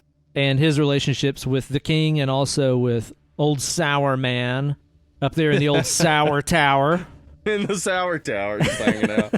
a.k.a. the Tower of Sour. That's right. So Grima, dude, played by motherfucking Brad Dourif. I didn't realize damn. that was Brad Dourif until, I'm thinking, a minimum of 10 years after this movie came out. I know you said this about the Halloween movies too, like how Yeah. he's just so like able to blend in. Mhm. Like, but like, how does he do it where he blends in, but he's also like, every character he plays is a strong character. Yeah, it's iconic. Like he's very much Yeah. like Gary Oldman in that way, where it's like Right. there is no real Gary Oldman, but every No, character he not at all. plays is strong and definitive. Yeah. Yeah, it's amazing. Like he throughout this is, he's able to pull off that duplicitous, slimy, gross feel. Mm-hmm. But like, okay, so specifically, I'm thinking of the tear. The moment Oh, when he yeah, sees dude. the army amassed and drops a tear. One, not in the books. That's just something that Brad Dourif can do. Yeah, he can cry on command. Yeah, so he did it for that scene, and it adds such an unhinged quality to his character. For real, That right? he sees this and is so inspired by it, it moves him to tears. Yeah, that's what's scary about it, right? Like, it would be one level of freaky if you looked out at this army and was just like, yes, yes. Yes, this will destroy humanity. Yeah, but the fact that he is emotionally moved, literally to the point of Yeah. tears, makes Yes. it, I think, scarier. Like, the fact that you By are able far, to handle yeah. that range of emotion, but completely in the wrong direction. Whoa. Right. Yeah, Yeah. it's frightening. He's genuinely one of the best characters in the movie. It's fucking But- awesome. Barely does anything. Like, he's barely in the movie, but he's so like magnetic. Yeah, There's yes. also, by the way, so Did you know this? I did not realize this. Billy Boyd is the voice of Glenn, the seed of Chucky, the child of. What? Yeah. So, like, Chucky is in this movie, and Billy Boyd then later becomes his Progeny. doll son. What? Yeah. That's so fucked crazy. up. I didn't know that. Yeah. How funny is that, man? Yeah, Grima's whole power in this movie is the power of fake news. Like, whenever I see him Yes. whispering shit into the king's ear, I'm like, man, god damn it, this is what fucking Breitbart and Fox News and shit is doing to our fucking Yeah. parents and grandparents and shit. Like, he is fake news, dude. Yeah, absolutely. It's the worst. Like he's spinning and twisting and changing. It's everything you hate to see. Mm-hmm. And he looks like the singer of Him. He does. He really does. With no eyebrows, dude. Like, I didn't realize that he had actually shaved his eyebrows off for this. And apparently, you know, he was called back for reshoots and stuff like that several times. So that poor fucking guy had to keep shaving his Yeah. eyebrows off. for like fucking half a year, apparently. I wonder if he drew them back on. That would be fun. That'd be cool. I'd be all right with that. I think that's Just cool. draw the huge like arch where it always looks like you're surprised. Whoa. Dude, imagine that, though. Like, you're wandering around some big city or whatever, and you're like, I met Brad Dourif today, and he had these fucking crazy drawn-on eyebrows. It was weird. That guy is nuts. The lipstick didn't match. Yeah, it made it really odd. I'll tell you what, though, Steve. I was thinking about it this time around. About Grima and his place in the kingdom of Rohan, right? Right. And I was thinking about this, and I was like, you know what? I can kind of sympathize with this guy a little bit. Because just imagine yourself, Grima Right. Wormtongue, you're sent on a mission. You get deployed by Sour Man. Or no, Sour Sour Ron. Man. Sorry, you get Right. deployed by Sour Ron. Right, Sour Ron sent you out, right? In service of Sour Man. And it's like, all right, you're going to go to this Rohan place. You're going to give fake news to the king. You're going to ruin this whole kingdom, blah, blah, blah, right? You're gonna give fake news Yeah. to the king, yeah. Those are his words, not mine. Right. You get there looking like Grima, and you're hanging around the likes of like fucking Carl Urban Yeah. and all these fucking 6'5" Miranda Otto walking around looking hot. Yeah. these fucking jacked ass like blonde linebacker dudes are like, oh, hey, Theodore, I just got back from fucking slaying a wild boar on my steed. What did you do today, huh? Tell me about it, Theodore. Huh? Right. And then meanwhile, you look like the singer of fucking Him or Severus Snape or something, and you're like, Yeah. I listened to the new Morrissey album today. And these fucking blonde horsemen are like, yeah, whatever, man. I kind of feel bad for the guy. It's like, dude, you got assigned to the wrong fucking place. But like the insane like truth of Grima is that he is just what you said. Like, he's a Fox News incel. Yeah. Oh, total incel. Yeah. Like he is all of that. The fact that that character has existed for a long time is sad. That we still haven't been able to teach men like, hey bro, it's like okay if somebody doesn't want to fuck you. And like you shouldn't get obsessed with your height and the size of your dick and facial proportions. Just relax. Just relax. People do want to fuck you. It's fine. Yeah. Just not that person. There's somebody else Just out find there. the chick who's into Morrissey. Yeah. Like, come on, Grima. You don't have to get this chick who's way out of his league. Yeah. She's not interested. Just move on. Yeah, exactly, man. Other fish You don't in gotta the fake sea. news the king to try to steal his niece. It ain't happening. It ain't happening, man. How about those horse boys, man? Are horse boys The horse boys. cooler than horse boys. girls? I don't know. I mean, culturally, for sure, it seems that a horse boy is a cowboy, right? It's like, oh, he's cool. You know what? I He- hadn't thought about it that way. Yeah. Yeah, I guess so. Yeah. Cowboys are just Yeah. horse boy. Yeah, and horse girl, it's like, oh, she's obsessive weird. with her horse. It's so weird. It's like if a cowboy is like, only friend I got's my horse. Old People are gunpowder like, and I've been wow. through a lot. Blip, blip, Yeah, blip. people are like, wow, that's boy. The relationship is deep. He If a probably woman's like- doesn't fuck that horse. Am I He right? probably doesn't. If a woman's like, the only friend I have is my horse, everybody's like, Catherine the Great. Right, gotcha. Got it. You're fucking your horse. Gotcha. Yeah. It is a weird dichotomy, but it's true that's how people look at it. That for is some reason. true. I thought about it that way. Yeah, Rohan is, of course, a huge part of this movie, and this is, again, one of those world-building elements of the expansion of the journey that they're on to destroy the ring and stuff. You run Yeah. into these other cultures that have this completely different sense of design and aesthetic and architecture and culture, and the Rohan people very, very heavily borrow from, Scandinavian and Celtic Yeah. design mythos, I guess. Yeah, the anybody who's played Skyrim recognizes immediately the influence that this movie had on the game. Not it. Yeah. But like it is so it's going for that Nordic, like the wooden churches and what are they, stave churches? Stave or what they're churches, called? yeah. Yeah. Thatched roof cottages. Yeah, it's going for that feel and that sort of aesthetic and that sort of culture. Yeah. And dude, this is yet another one of those areas where, the introduction of this new culture brings in the introduction of a new element of the fucking soundtrack.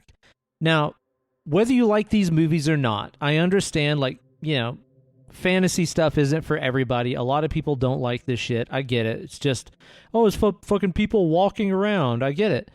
It is indisputable. Like, to me, it's like, it's not even up for debate. It is a fact that the soundtrack to these it's movies amazing. is one of the greatest in movie history. Yeah.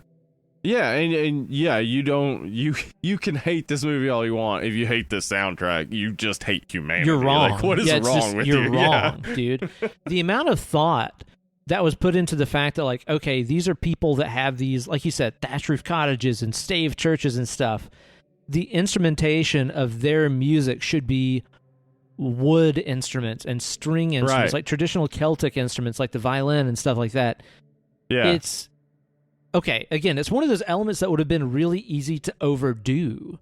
I think it would be really easy to make that corny and be like, "Oh, they have fucking Irish jigs in their culture, hidely diddly." Like, it would have been easy to overdo it, but it is just fucking flawless, man. The Rohan music is beautiful, and I feel like that's really one of the high points of this entire movie. Is it really shows you how much the soundtrack elevates the movie and your sense of these cultures and of these races of people.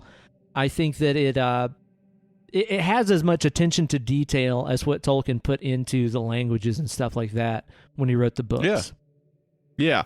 He definitely like that is something he obviously seemed to recognize, is that the more detail you get about a culture, the more you can empathize. Yeah, and and music is the a less critical you empathize. detail. And that music, it really draws you into a culture. So like, yeah, like you can very easily like associate certain musics with certain cultures. I mean, obviously all cultures are creating different types of music, but you can easily associate certain music with certain cultures, and it can sort of get you into that mindset of understanding. Yeah. And that's exactly what the music does in this. Oh, yeah, because, when you hear that music of a culture, you're not just hearing, a snapshot of what they like to listen to. You're hearing a snapshot of the available natural resources they have around them to create instruments out of. Yeah. And that desire to make music despite all things, like despite everything against humanity, that desire to make music is like in every culture. Yeah, exactly. With So whatever they strange. have available, So like when you hear the music of the orcs and the Uruk-hai, it is these war drums and timpanis and stuff like this. And then, like I said, the music of Rohan is wooden instruments and so on. Like it's just absolutely amazing the level of thought that they put into the soundtrack in this. I think it's just indisputable. This is one of the greatest movie soundtracks of all time, and I feel like it really shines at several points in this movie, especially like towards the end there, where Sam is kind of like giving that speech about like not really giving up hope and shit like that. Man, the soundtrack behind that scene is just fucking beautiful. Yeah, it's amazing. Man. Absolutely amazing. And it's got like a little taste of the Shire behind him whenever he's talking about that stuff too, even though he's on the other side of the world and shit. God damn, dude. I can't say enough about it. It's perfect. Yeah. Yeah, I think that like it's been in my head for 2 months. I think just different tunes from Lord of the Rings. Like there's this anticipation that's starting to build for me for watching Lord of the Rings in December. Yep. Like just my brain just starts going about that time. Yep.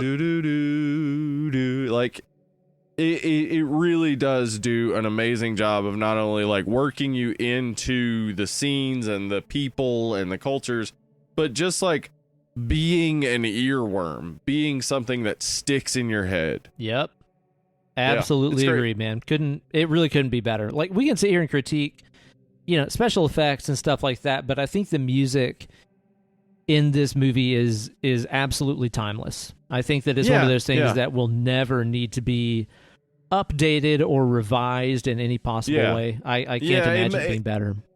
It may even survive like its connection to the movie, that type of thing where people listen to it 100 years from now and they're just like, oh, this was amazing. Like you don't recognize the thing it's connected to, but it really still connects. Like I as you said, the special effects still hold up, I think. Mostly. So strongly. Mostly. Yeah. And most of the scenes that I would say are a little janky are in the extended edition in scenes that aren't in the theatrical edition, which makes me think they had made their choices on what scenes were going to be and then did full post-production on those.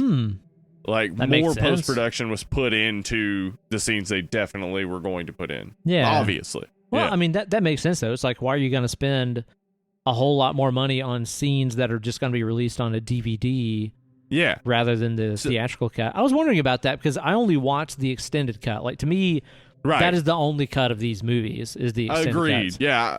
As I said, I haven't seen the theatrical edition in forever. It's the first time I saw it. And watching the theatrical edition, I did not see a moment where I was like, oh, that looks dated. But watching the extended edition, there were a couple times with the ints where it was like, oh, I think this particularly they, just didn't have as much post-production time on. And maybe if they, put a little more, like if there were a remastered edition where they put a little effort into post-production on that, it could still look just as good as everything else does. That's something I was going to ask you about, is like, would you ever be open to an update, a redux of some of these scenes and stuff like that, where they do update a little bit? Yeah, it would have to be just so like they'd have to be very judicious about where they applied it. Not a Star Wars type of thing. That's what I was gonna say. A total like, overhaul. Whenever I say like, oh, there needs to be a special effects update, my mind immediately goes to those fucking god awful Star Wars updates where it was just all this unnecessary fucking bullshit. Yeah, why? We like the puppets. Keep them. Yeah, exactly. But like in this movie, I know that there are scenes and stuff that would look better with a little bit of time with today's technology. A little bit of brushing up. Sure. Yeah, like there's a lot of stuff in this flick that I still think looks great. I think a lot of the Gollum stuff still looks fantastic. Yes. There's parts in here where, Kate and I were watching, she's like, don't you think this is starting to look a little bit video gamey? I don't even think that that's a knock against the way this movie is aging. I think that's a compliment of how much video games are progressing. Yes, video games have become so much better now that it does look a little dated. Yeah. And that's amazing to say 18 years later, it's starting to look a little dated. There's parts in here. I think there's less like questionable parts in this one than there were in the first one. Like in the first one, a lot of the stuff where they are, underground in the catacombs and stuff like that, like a lot of that looks pretty fucking video gamey in like a bad way. Yeah. Yeah. This movie, I think, because a lot more of it deals with, the Riders of Rohan and Gondor and stuff like that, it's a lot more humanistic landscapes and characters. Like, they're not fighting cave trolls and balrogs and shit like that. Although there are, of course, some fantastic creatures in those this movie things as are in well. there. Mm-hmm. I think that it makes it a little bit easier to watch and a little bit less dated as far as some of the special effects go. I'll say some of the parts in here that stood out to me as like looking kind of rough. And this is always an issue with me and CGI characters. Okay. Anytime like feet especially are contacting a physical surface, like any of the times I have Gollum like scattering about on the ground and stuff like that. Yeah. And maybe not disturbing leaves or dirt or portraying any... I think the best way to describe it is not portraying any weight being displaced across the surface. Yeah, the physics are a little off. That's when it starts to look like a video game, where you're like, these are rendered sprites on a background. They're not actually touching anything. Like, there's times where it almost feels like Gollum is hovering a few, millimeters above the surface rather than touching the dirt. And I don't know how else to describe that, but do you know what I mean? Yeah, I do. And absolutely, if New Line Cinema announced, hey, we're going to release remastered editions, and just those things, those small things were the things they improved, fucking awesome. Yeah. Because you could and not hurt, like, because the movie was directed so well, because the things that matter, like eye lines and interactions work, you could do those small improvements and only help the movies, like not actually hurt the way that people see them. Oh yeah, and you'd have to be very particular about where and what you did, because like I wouldn't want to see them replace, like, let's say the miniatures of the Black Gate or of Isengard. No. Holy fuck. No, the miniatures those are look amazing. So sick, Keep dude. them. Yes. Especially Isengard, man. That thing looks like it's damn carved out of fucking obsidian. The level of detail in that tower and shit is the fucking coolest. Like, I wouldn't want to see them touch any of that shit.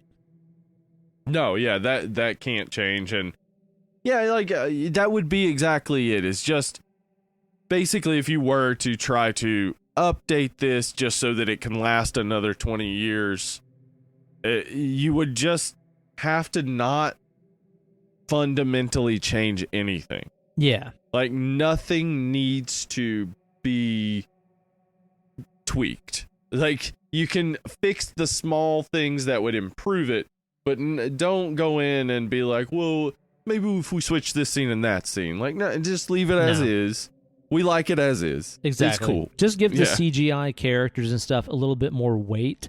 And also completely eliminate that scene of Legolas mounting that horse in that undescribable, unnatural... What the fuck? Like, when you see that shot, you're like, this is definitely the guy that made The Hobbit for sure. Like, it's like, what the fuck? Who decided this was okay? It looks It doesn't make ridiculous. any sense, too, because, like, he grabs with his left hand and somehow shoots up. It makes no sense. Yeah, like up and what? over. Like, I get it. If you want to show that he's a fucking badass by having him jump and mount a moving horse, I get it. But the, like, inverted half somersault 180 thing he does to get on... Come on, dude. You don't really need to fuck with that, dude. Yeah, that is something that could be fixed. Yeah. I've noticed that the parts in this where the CG is very noticeable, especially like with Gollum and stuff like that, is especially when the camera is in movement, like in motion. Like, let's say it's like kind of like scaling down the side of a mountain or something like that, and Gollum is either standing still or moving. It's hard to keep up with that shifting perspective of a rocky terrain, a character that's full CG on it, and the camera is moving around that terrain. That's where stuff starts to look like a little squirrely and video gamey to me. And there's definitely the tech now to smooth that out and just make it look right. Yeah. For sure. Because, that problem has been fixed long ago. So, yeah, I could see a remastered edition or something like that. Just I'd be open to it. Really being a good thing. All I can think of, though, is the thing they would do that would piss everybody off. Like, there'd be something. There'd Yeah. be one thing they would do that just everybody would be on the same side, just like, why? Why Mhm. do that? There'd be Yeah. that part where they go into the prancing pony in there, and there's a huge Uh-huh. musical number for no fucking reason by full CG characters. I think that's what would happen. Yeah, that would probably happen. Yeah. What other differences did you notice in the theatrical cut? Because, like I said, like I remember Okay, watching yeah. it obviously in theaters, and then Yeah. maybe at somebody's house on like DVD. But Right. I'm gonna say like 9 out of 10 times that I watched this, it's been the extended edition. There's a significant lack of connective tissue in the theatrical edition. Yeah? Knowing that how much I loved it, seeing it back in the day, it's not important until you have seen it. Basically, the moment you've seen the extended edition, the theatrical edition is a no-go. Really? Because the stuff it reveals and the way it like connects everything together, suddenly the theatrical edition is like, wait, why are we here now? Like, yeah, just like whereas time jumps before- and shit, yeah? Yeah, whereas before I watched it and it was just like, yeah, this is the movie. That's how it plays out. But knowing that there's like, say, the bits where Gandalf is explaining why they're going to Rohan, like there is a brief explanation where it just shows them running through the forest in the theatrical edition, but in the extended edition, they're running through the forest, then they stop. Then Gandalf further explains everything that's going on, which gives you the context so that when they show up at Rohan, everything makes more sense. It also gives you the Denethor scene where we find out that Boromir is trying to please his father and Faramir is trying to please his father, and that those are the driving forces behind what they're doing. But they Yeah. are, in fact, good people that wouldn't do these sort of things. Boromir would not have tried to get the ring had not his father told him it was the most important thing that he could do. Like, he's trying to please his father. Faramir is bringing Frodo and Sam and Smeagol to his father to try to please his father, but he knows better. He knows this isn't the right thing to do. It makes Boromir and Faramir make more sense. So that wasn't So in the there- theatrical. And it's not in the theatrical edition at all. Like, Huh. so there's So you're just like, who the 40 fuck is this guy? Yeah, exactly. There's 40 something minutes cut out. And the only bits I would say that were cut out that just don't matter fully is the scene where Pip and Merry drink the water and like grow and speak in, Intish and stuff. Oh, yeah, Like, yeah. That's the only thing where it's like, oh, this is just indulgent. Like, Yeah, it this doesn't is do just, much for the I like story. the book, but it doesn't really do anything for the story, right? Okay. Well, that makes sense, man. Yeah, like that's But one of every- those cuts that you're just like, that didn't have to be. It's fun. Yeah. It just explains why the Ents exist. Basically, there's this magic water. And it's like, well, okay. So, like, we don't need that. But everything else is so, like, important. Like, there's so much about the story that you don't get if you don't see the extended edition. But again, if you've only ever seen the theatrical edition, it still works. It's still very solid and works, and you don't ever question these jumps. You're always just like, yeah, okay. Obviously, this would happen next. Yeah. But with the further explanation, you're like, right. I didn't think about why they would do that, but it does make sense why they did it now. Wow, man. On the subject of those Ents, let's talk about our homie Treebeard. Motherfucking Treebeard. I want to hang out with this guy. Yeah, he seems to be chill as fuck. He'd be hard to hang out with for somebody with an anxiety disorder. Like, it seems like if you have an anxiety disorder, somebody who's like super chill is the best person to hang out with, but it's actually like the worst because Just you're get like, on with oh my it, god, man. yeah, you're like, oh my god, all my anxieties, and they're like, no reason to worry. Come on, And man. you're What are you trying to worried- fucking say? Yeah, you're worried halfway through the sentence. You're like, well, how is the sentence gonna end? Like, it would be the worst. But the character is genuinely just like super like funny in his like ridiculousness, like how silly he is in his seriousness about everything, but then like how sincere he is as well. Like he talks to the hobbits, he takes everything like sincerely and literally. Mm-hmm. And the way that like he interacts with Pip and Merry is just like, it's so perfect because they are goofy, silly, but Merry's got this like absolute like, he gets it. Yeah. He gets what's going on and realizes why it's bad. Mm-hmm. Pip's still not on board. He's still not figuring it out. And it's basically Merry trying to convince Pip and then Pip being convinced and his like simple mind being so perfect to convince the Ents. And the thing is, none of that's in the book. Yeah, that's true, man. Yeah, Merry is definitely the one that you want on your group project, and Pip is the one you want to fucking party with for sure. Yes, exactly. Yeah, Merry's the one who like gets it, but he's also, I mean, he's still a hobbit. He's not as serious as everybody else in the Fellowship, but he's still like super serious for a hobbit. That's true. Yeah, for a hobbit, for sure, man. Yeah, dude, Treebeard and the Ents and all that shit are the fucking best, and they are. His fucking tree poetry, his mourning of the fucking Ent wives. Dude, did you know that like even Tolkien said that he doesn't know what happened to the Ent wives? See, I imagine they got bored and I think just so. were like, hey, we can not be here. You know, let's just go somewhere else. Because the thing is I bet when it came time for that Ent tree lovemaking stuff, I bet that Treebeard and all those other goons were just trying to fucking. Yeah, they're trying to tantric that shit all day. And sometimes them tree ladies are just like, can we just get on with it here? Come on, I ain't got a lifetime to do this. All right, it's about, there's a goal. Yeah. And we are not reaching it. So I've figured out how to do it myself, and I'm going over here. I think that all them tree wives are just off somewhere just scissoring and having a fucking great time. They probably catch enough fucking pollen on the winds and stuff like that to keep their society going. Because we all know that pollen is just tree skeet. Oh, skeet.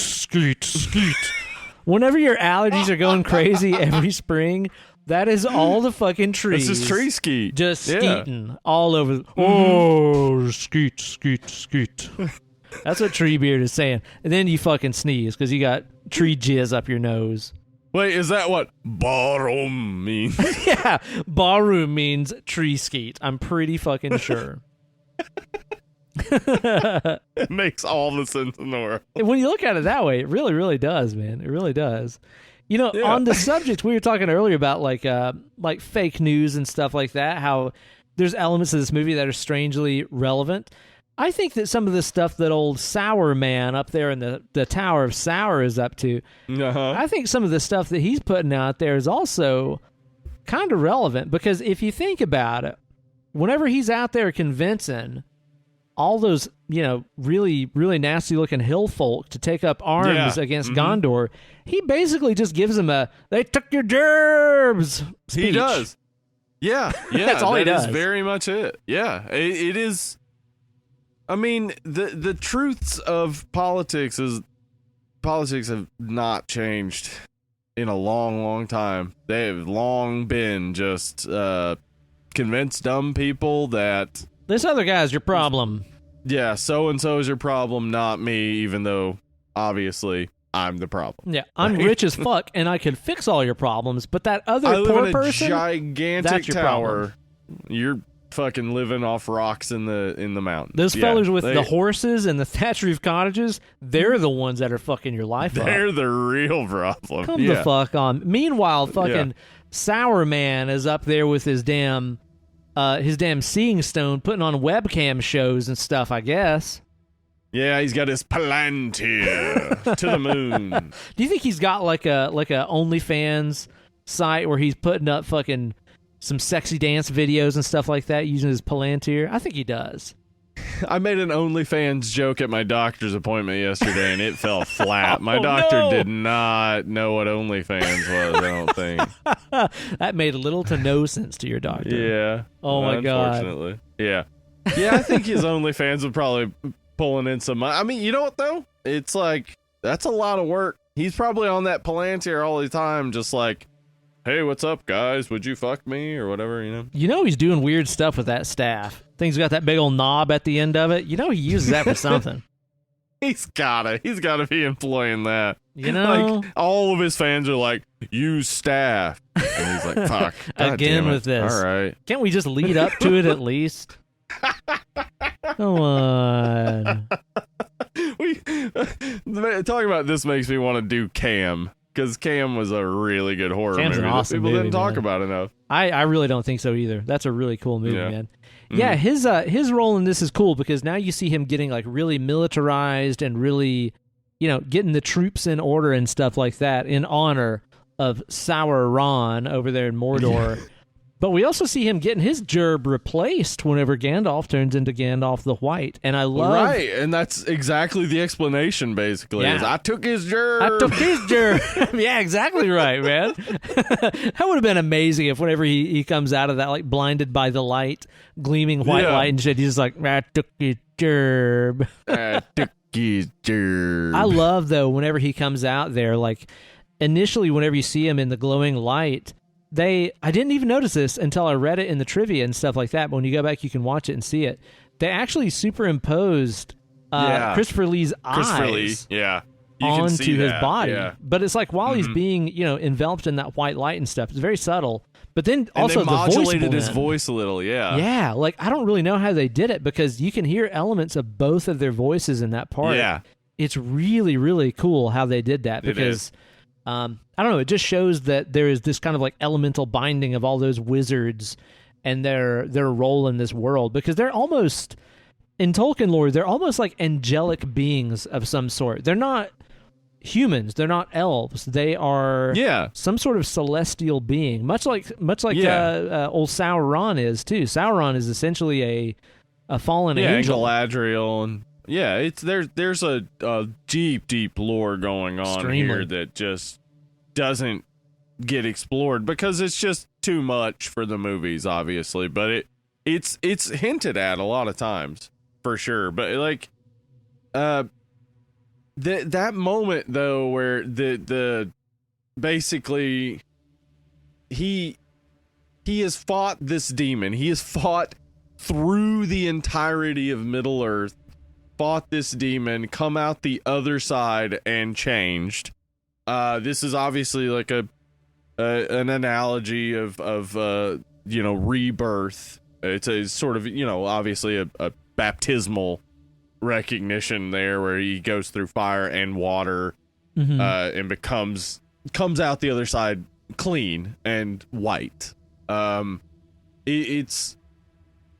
He's basically shed his silliness. Like there's a silliness to Gandalf before that kind of gets lost, but it's still a little bit there. Like in the extended edition, not long after that moment, he's making jokes with Aragorn. Like, Aragorn's like, you fucking speak in riddles still to this day, and he's like, kinda. Yeah, I do. I know what you mean. That's something I really tried to observe this time too, is like the character change in him, because in the first movie, he's all like, he's fucking in his gray tattered robe and stuff. And he's like, man, let's fucking smoke some pipe weed and blow some smoke rings, fucking party. Coming to your birthday, bro. You heard this new Sublime song? I know I have. And then whenever he comes back, he is much more, I mean, he's stoic and wise, but he still has elements of himself in there. Like, that's something that I like. It's not like he's playing two different characters, really. No. No, it blends. There's elements, it's like, you wouldn't notice it, I don't think, again, without watching the extended edition and seeing, like, how serious he can get in these moments and how unserious he kind of was before. Though it's something that's not in the movies, but that period after the birthday party until he comes back to the Shire is 17 years. Yeah, that's a real long time. he's off like researching this ring for a long time. Like a whole lot happens in between. They kind of show us like a little bit of that in the first movie where like he's off in that fucking library opening up those tomes and shit. But yeah, you're right. That's almost fucking 2 decades worth of work. Yes. Yeah.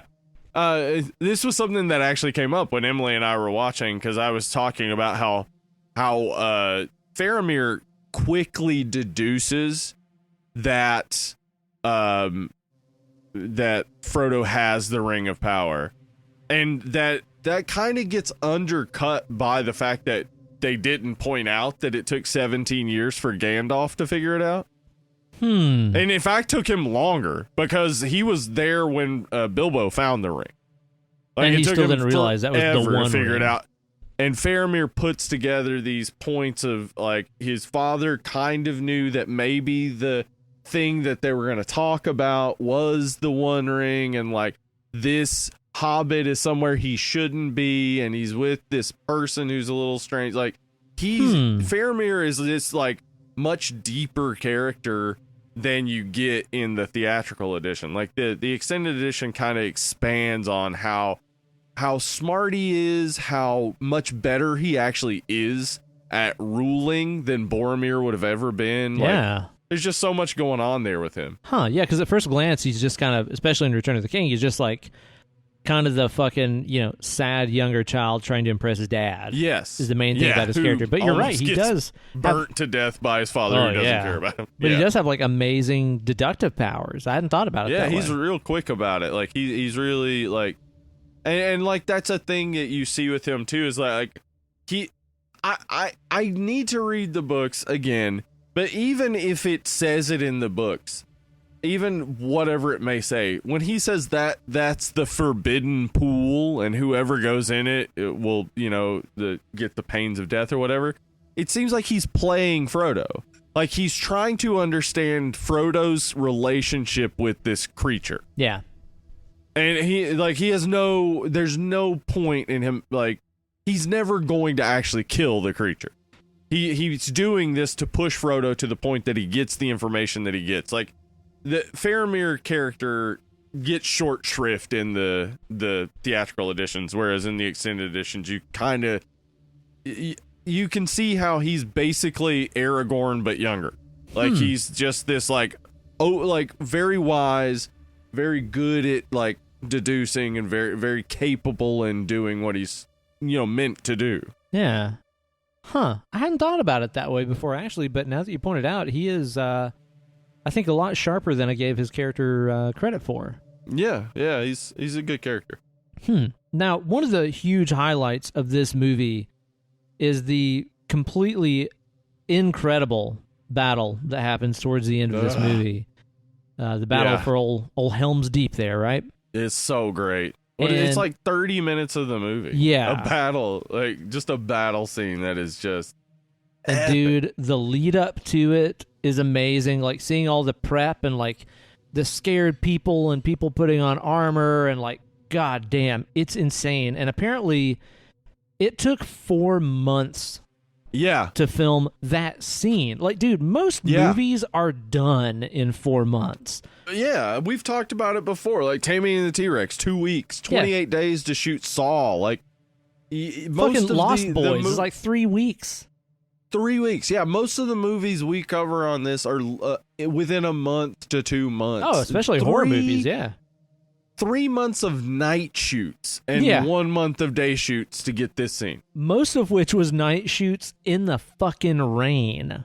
In the rain. Well, it was a rain machine, but it's like, you're talking about, imagine. You're wet. Dude, right? It's like, we all have bad days at our jobs and shit like this, but like, imagine your job is to be wet for 3 months? Yeah, to show up in the middle of the fucking night or really early morning or whenever they were filming this shit, put on 40 pounds of armor, which was then like fucking 50 pounds when it was wet. Yeah. Stand in the rain, in the background, swinging a spear or a shield or whatever, where you're not even getting recognized or a close-up shot in the movie. But dude, like, that in itself is a symbol of how much dedication they took to this fucking shit. And can you imagine doing that before the first movie even came out?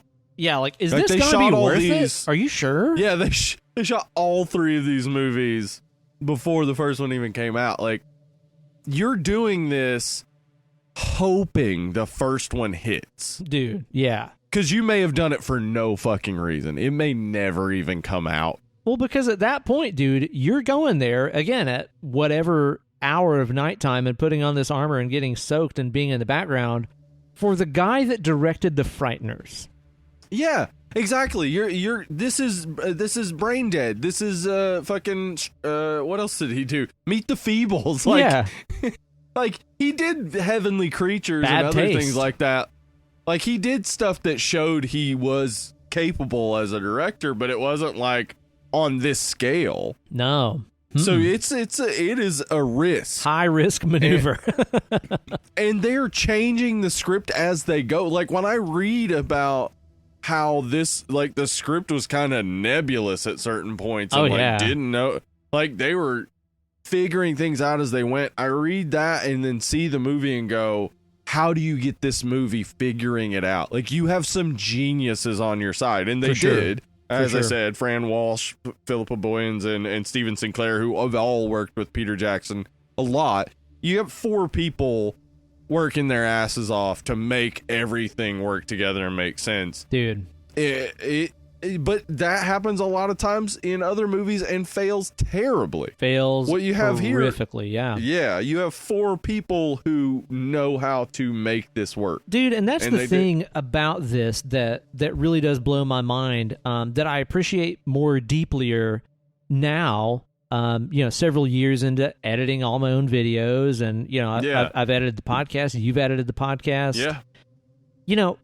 The editing process of this is something it's that so much. It astounds me. And it's an absolute make or break scenario, because I know that I've had videos that I filmed that are guitar lesson videos where I just put up the camera and fucking ramble and talk about scales and modes and shit like that. Then I sit back here and edit it in the editing bay, and I'm like, well, this makes no sense unless I move this to here, and then I cut this out, and then I move this thing that was at the end to the beginning, and okay, now it makes sense, even though it's completely out of order from how it was before.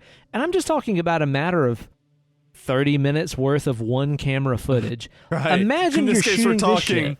3 units. 11 hours of a movie. Dude, I mean, I don't understand. Like, there's times that I edit projects and I am intimidated by the amount of footage that I have to tunnel through. And dude, I'm watching a drop in the bucket number go up on this and just being like, this is going to take forever to edit. For real. And it's nothing yeah. compared to what these people did with Nothing. this. Like, dude, I want to know how much actual footage from that battle scene they had. Yeah, I bet they had enough to make it a fucking 2 hour, amount. 3 hour battle. You know they did. Yeah. And dude, not only is it a sure. battle, it's a fucking ladder match. Let's talk about that shit. Absolutely is. It's the best fucking ladder match of all time. Dude, can you imagine if when that huge ladder fell, it crashed through a gigantic table? A huge table. And That's then all I JR want. was like, oh my God. Oh, he is broken. He had a family. That orc had kids. Oh my God. Barbecue sauce. I want that cut of the movie for sure. Yeah, man. me too. I just Yeah. want JR commentary on that battle. Dude, it's unbelievable. And like, even though it is this grand epic scale, and I know there's a lot of CG shots and stuff like that, man, it never pulls you out. It never feels like this is fucking fake. I'm watching a video game. Like, the same way that we all really loved that, what was that last like mega battle in Game of Thrones? Oh, right. The long night. The long night, yeah. Yeah. Like, that one was great. We were all nuts about that. And then it's like, you look at this and you're like, yeah, but like 16, 15 years earlier with way inferior technology, there's this. There's this. Holy shit. It is amazing. Yeah. Ben, I've compared it before, and I'm going to do it again. Uh-oh. Army of Darkness. Okay, yes. I'm telling you, I did it. I watched it side by side. There is so much similarity in the shot composition, in the way the shots occur, in just so much connection back to Army of Darkness, which I assume was connecting back to the Two Towers in some ways, but specifically, this is Peter Jackson visually referencing Army of Darkness. It's gotta be. And this is like, that's the thing, is this is his epic moment. Like, this is, he just, hopefully, you're making this movie, you're hoping the first movie hits, which it did. The second movie, you're going to now present how good you are at making this huge battle work. And you decide to reference visually Sam Raimi. Like, that's ballsy as shit. Oh, yeah. Because Sam Raimi was doing it for comical effect. Now you're doing it to be serious. And it works. Yeah. Dude, It's I don't crazy. I don't think it's a stretch at all. Because if you compare Dead Alive or Brain Dead, depending on which, region there's a you're lot watching of in, Raimi. Yeah. you compare that to Evil Dead 2, and it's like, these feel like they could have been made by the same person. Yeah. I don't think it's a stretch at all to say that No. Army of Darkness influenced this. I don't think so. Yeah, I've got some screenshots I'll post to try to prove my point, but like I think if you just watch the two, just watch the battle scenes. Like, this one's 30 minutes long, and the other one is in the director's cut, I think about 10 to 12, but this one definitely visually references a number of times, and it's like, just to me, that's like the punk rock element of Peter Jackson. Like, he's making this gigantic, big old bunch of a movie in a way that it just really hasn't been done. Like, we've had these trilogies before, but they weren't fully planned other than Star Wars, really. And we've had these epics before, but they weren't trilogies. Like, you're coming into this just filming an entire trilogy before you ever know if people like it. And you're filming your, like, real big, like, deciding moment, and you decide to go back to your roots and visually reference Sam Raimi. Like, that's just fucking badass. That's badass. That's punk rock. That's really cool. And the fact that it just nails it. Like, it's still just perfect. I'm probably not the only person talking about the connections between Two Towers and Army of Darkness, but I don't see it connected a lot, and I think that's because of the context. Yeah. Like, Army of Darkness is silly, this is serious. Yeah, it's kind of devalued because it's cheap horror. Right. So, this battle is amazing. I mean, throughout, you just keep, like, Emily and I were talking about it as we were watching, and it's like, when the elves show up, like, that's not in the book. Arwen talks about maybe taking some elves or whatever, but like, when the elves show up, it's like this real deep moment when you understand, like, they're risking their lives. Yeah, they have no investment. They don't have to be lives. there. Yeah, it's just like, you get so engrossed in it that it is a very good representation of a pure evil versus not a pure good. They don't show the humans as purely good. Like, Theoden, especially in Return of the King, is shown as, like, not as interested in other cities' problems as his own.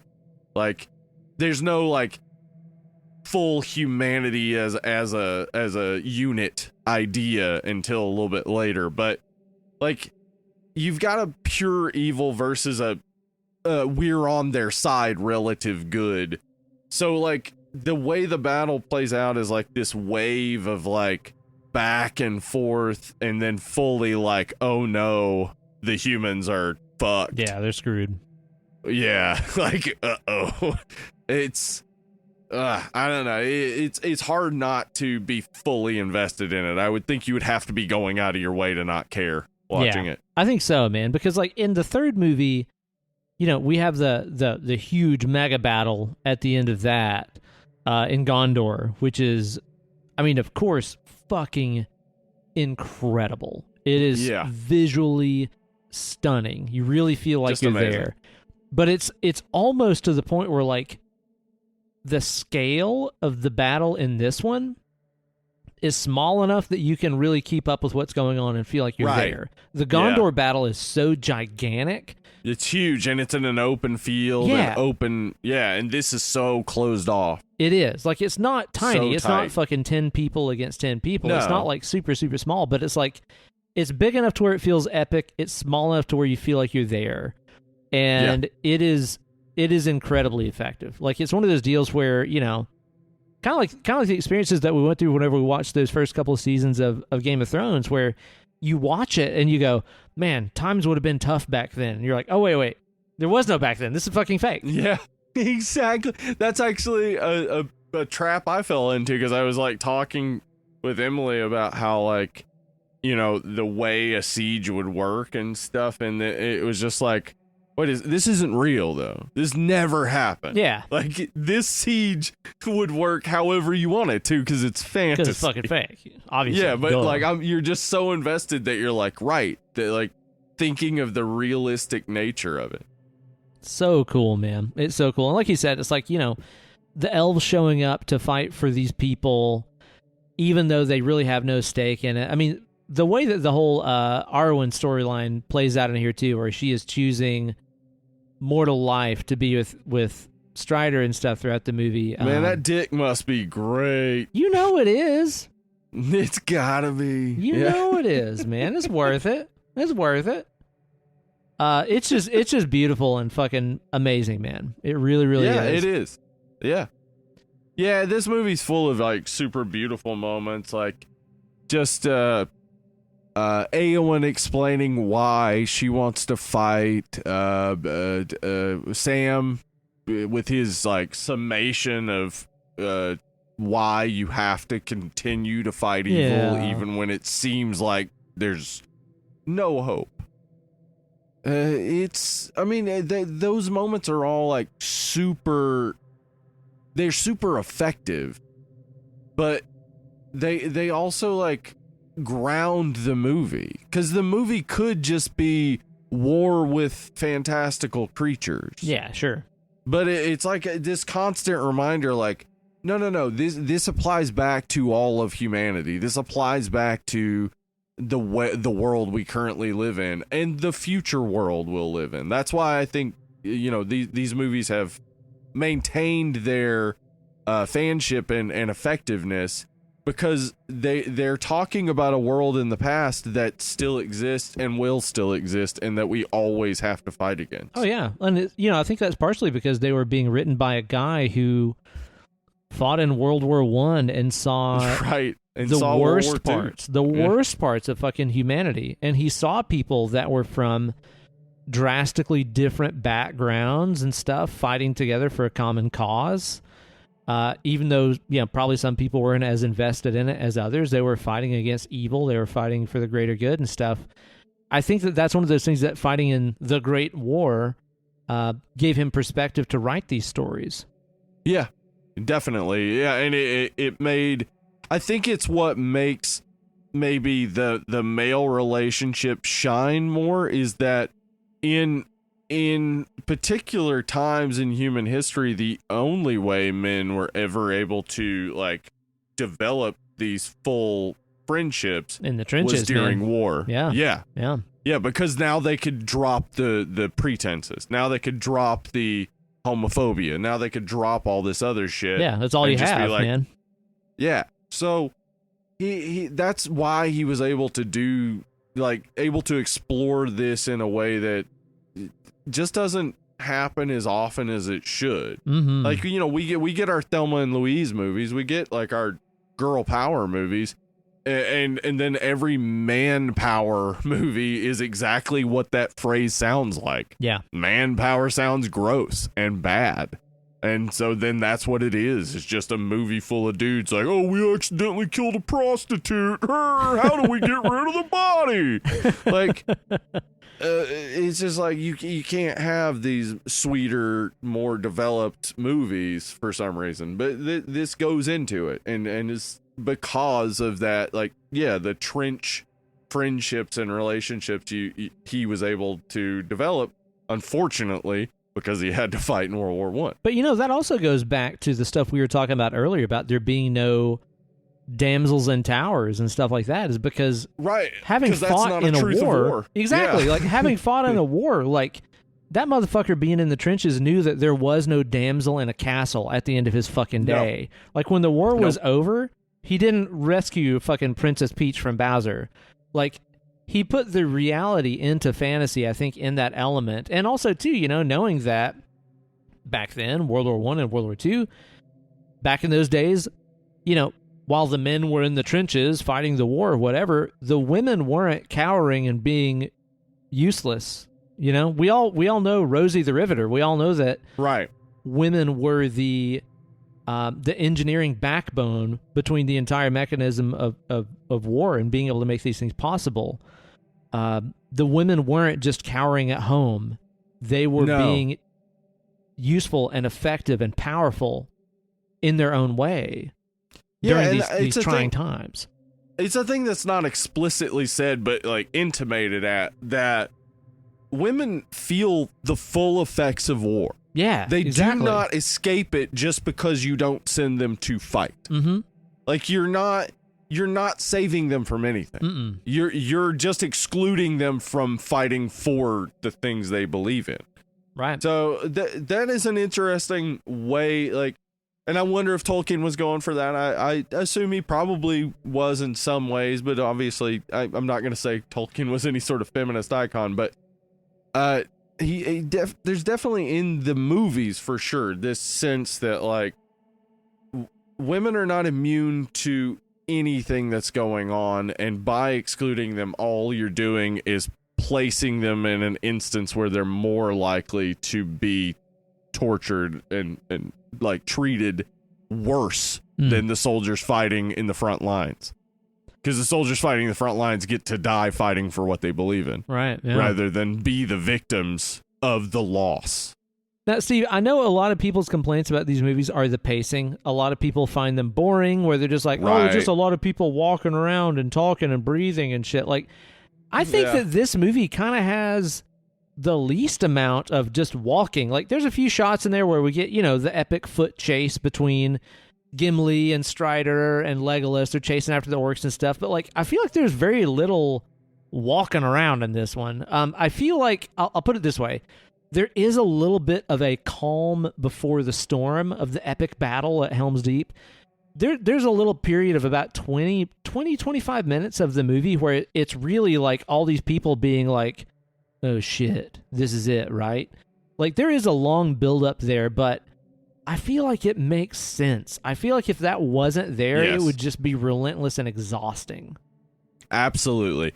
You need those moments. I think that's why my wife has seen The Two Towers more than any of the other movies, because specifically, it's not a whole bunch of going to a place. It is, we are at these places. Now what? Yeah, like the first one is very much like, let's walk here, let's walk here. The last one is, I mean, just fucking non-stop grim battle. Yeah. This one is kind of a nice balance. Yeah, it does end on a high note, in a way, like that Return of the King ends so many times that it can't end on a high note. Like, like if it ended with them bowing to the hobbits, that'd be the end, right? Like, I think it should have ended with everybody jumping and doing a high five. Oh, absolutely. That would have been the best. Yeah. Teamwork. High five. Just, yeah. But yeah, this movie has the clearest stakes, the clearest good, bad, the clearest, like, everything is simpler and easier to take than everything else. Especially, again, with the theatrical edition, the stuff they did cut is a lot of exposition that explains stuff that you don't have to know to enjoy the movie. There is some very handy exposition here, though, like with some of the map scenes and stuff. Like, oh, dude, that's one of those things, like, man. Like, whenever you're reading the books, you've got the maps at the front, so if so you can reference them. Yeah, like you need to know where fucking Mordor is in relation to Gondor. Cool, go to the front of the fucking book. But when you're watching a movie and they're not showing you big fucking flying helicopter overhead shots to show you where Yeah, this we're not is in getting the relation to Indiana that. Jones shots. Exactly. Of like, yeah. Yeah. This has Yeah, clever exposition, I think, to show you does. where things are happening.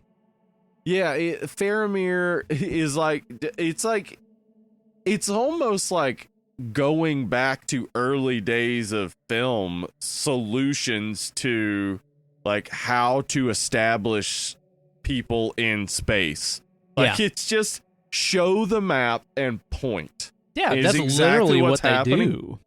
And I've seen this movie so many times, but until trying to talk about it, I've never noticed that scene. I've only just absorbed it. Yeah. Which is exactly what it's supposed to do, is you absorb, oh, that's where Helm's Deep is, and that's where like Minas Tirith is, and that's where Mount Doom is. Like, it does that without like being lame. Lame, yes. It's not like just suddenly it just, expands out, and now we see the map, and this is where they are. All right, so the good guys are on the left, Yeah. and the bad guys are on the right, and they're gonna meet here Yeah. in the middle and fight. Like, it would be so easy for that to be shit, Yeah.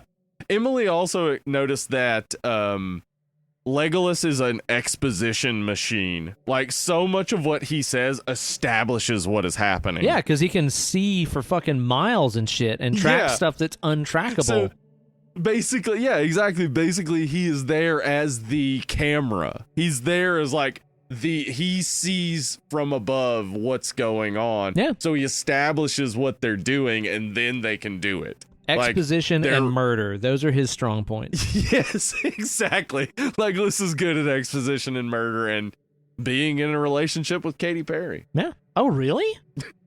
Yeah, they've been together for a while. Oh, good on them. Pretty Yeah. people. Pretty people. Yeah, make pretty kid or whatever. Why not? Or just don't.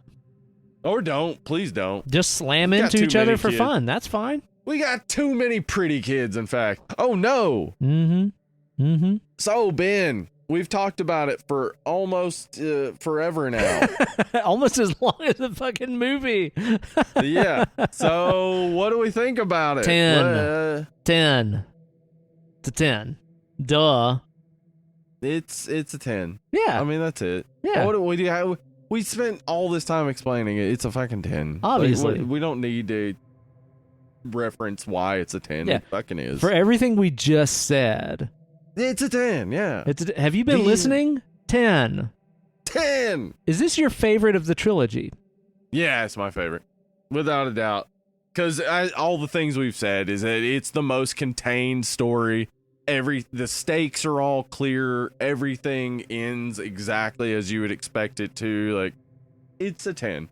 I feel like it's the most humanistic, too, where it's like, Yes. even though there's obviously a lot of fantastical creatures and stuff in here, we get introduced to the Nazgul and the wargs and all kinds of other shit in here. Like, it's mainly dealing with Rohan and some elements of Gondor and stuff Yeah. like that. Just fucking humans.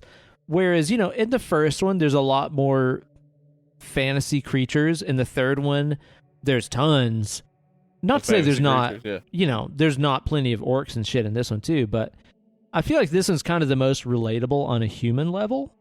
Yeah. But it's the total package of those easy to relate to elements, the soundtrack, the introduction of Rohan, all these new characters that just make sense and blend seamlessly with the characters that we were introduced to in the first movie, that I think make this such a joy. And it's just visually fucking incredible. Like, Return of the King is the one that I usually think about when I'm thinking about like my favorite scenes and my favorite set pieces. Oh, yeah. Absolutely. For Frodo, man. There's Whatever. so much fucking cool shit Yeah.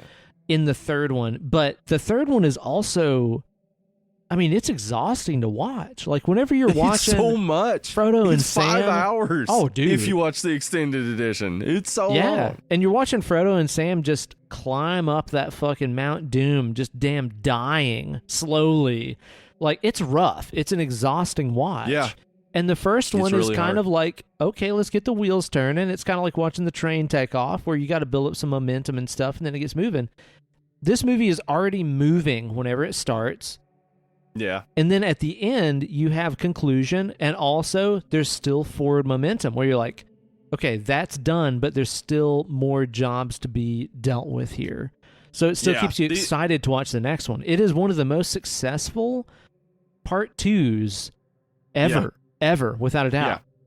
Yeah, there are so many lessons to be learned from this and Empire Strikes Back. Just if you're going to be making a series of movies, you need to understand these 2 movies because they get what a sequel should be, which is just both a singular solo piece and a transition piece. It has to do both, and that's a real hard thing to do. Yeah. And it just nails it. It really, really does, man. Yeah, so fucking 10 for Eternity. I mean, the entire trilogy's a 10. Spoilers. We're going to give Return of the King a fucking 10. Yeah, Return of the King's a 10, yeah. But it's going to be fun to talk about. Hell yeah, it is, man. I hope that you guys have enjoyed us diving real deep on these hobbits, and still missing so much. I know, there's still so much. many scenes and stuff like that. I'm like, oh, we didn't talk about this or that or this or that, man. Same. But it's okay, man. I mean, you guys can watch the movie and make your own interpretations about it, and then tell us about them on the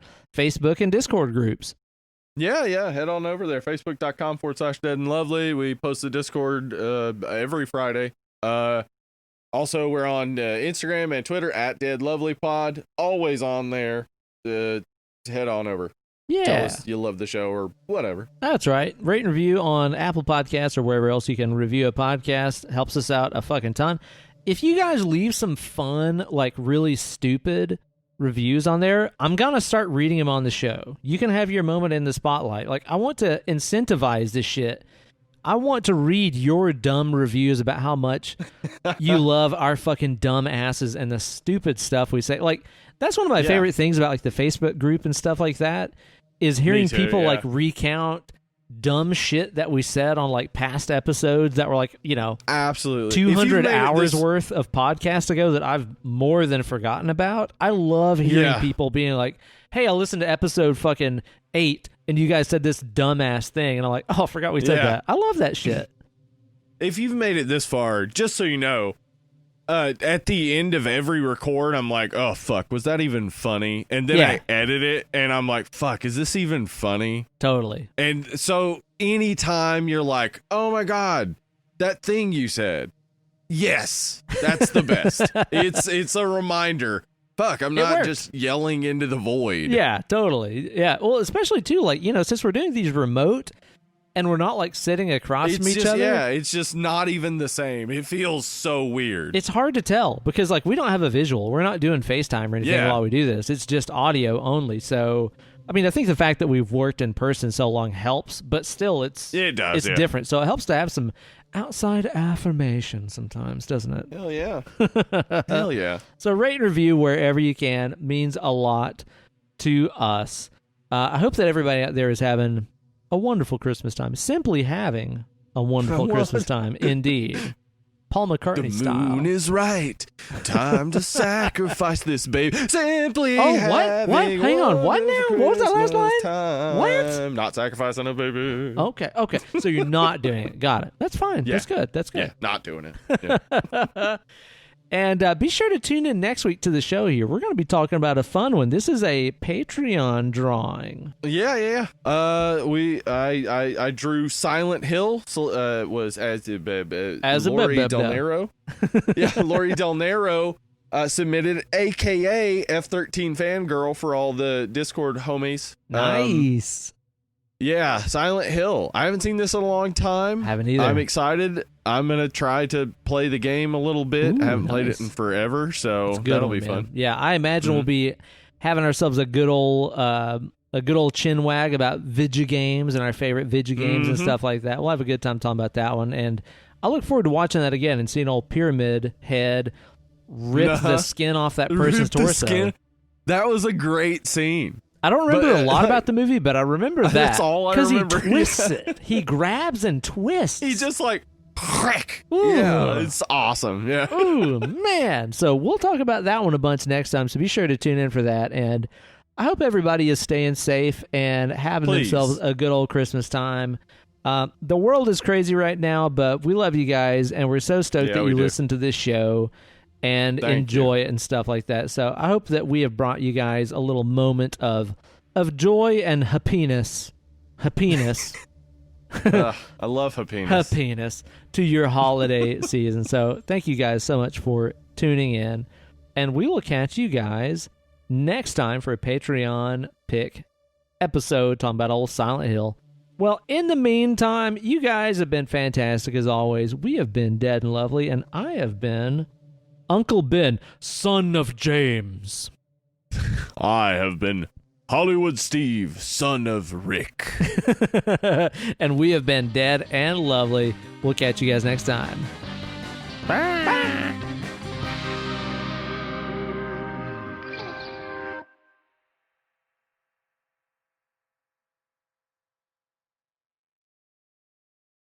So I was just took my dog out for a walk.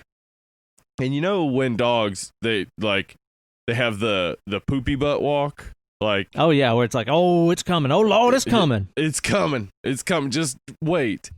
But then they like walk around like that for a while.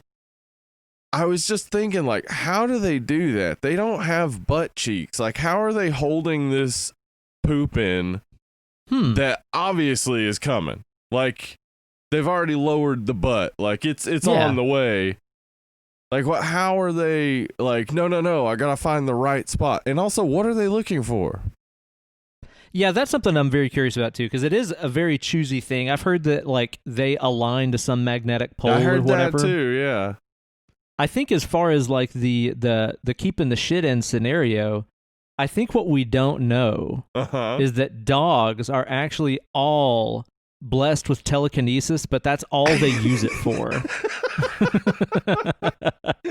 Just holding the poop in. Yeah, it's like, well, what else would you do with it? You Their know, doggy because they got sweet doggy brains. They can't imagine anything you do with telekinesis, like, because the treats they can't have unless the human gives it to them. Can't use your telekinesis to take treats. No, that'd be wrong. You can't but to hold the poopy in. Yeah, it's fine. Yeah, exactly. Makes perfect sense. Absolutely.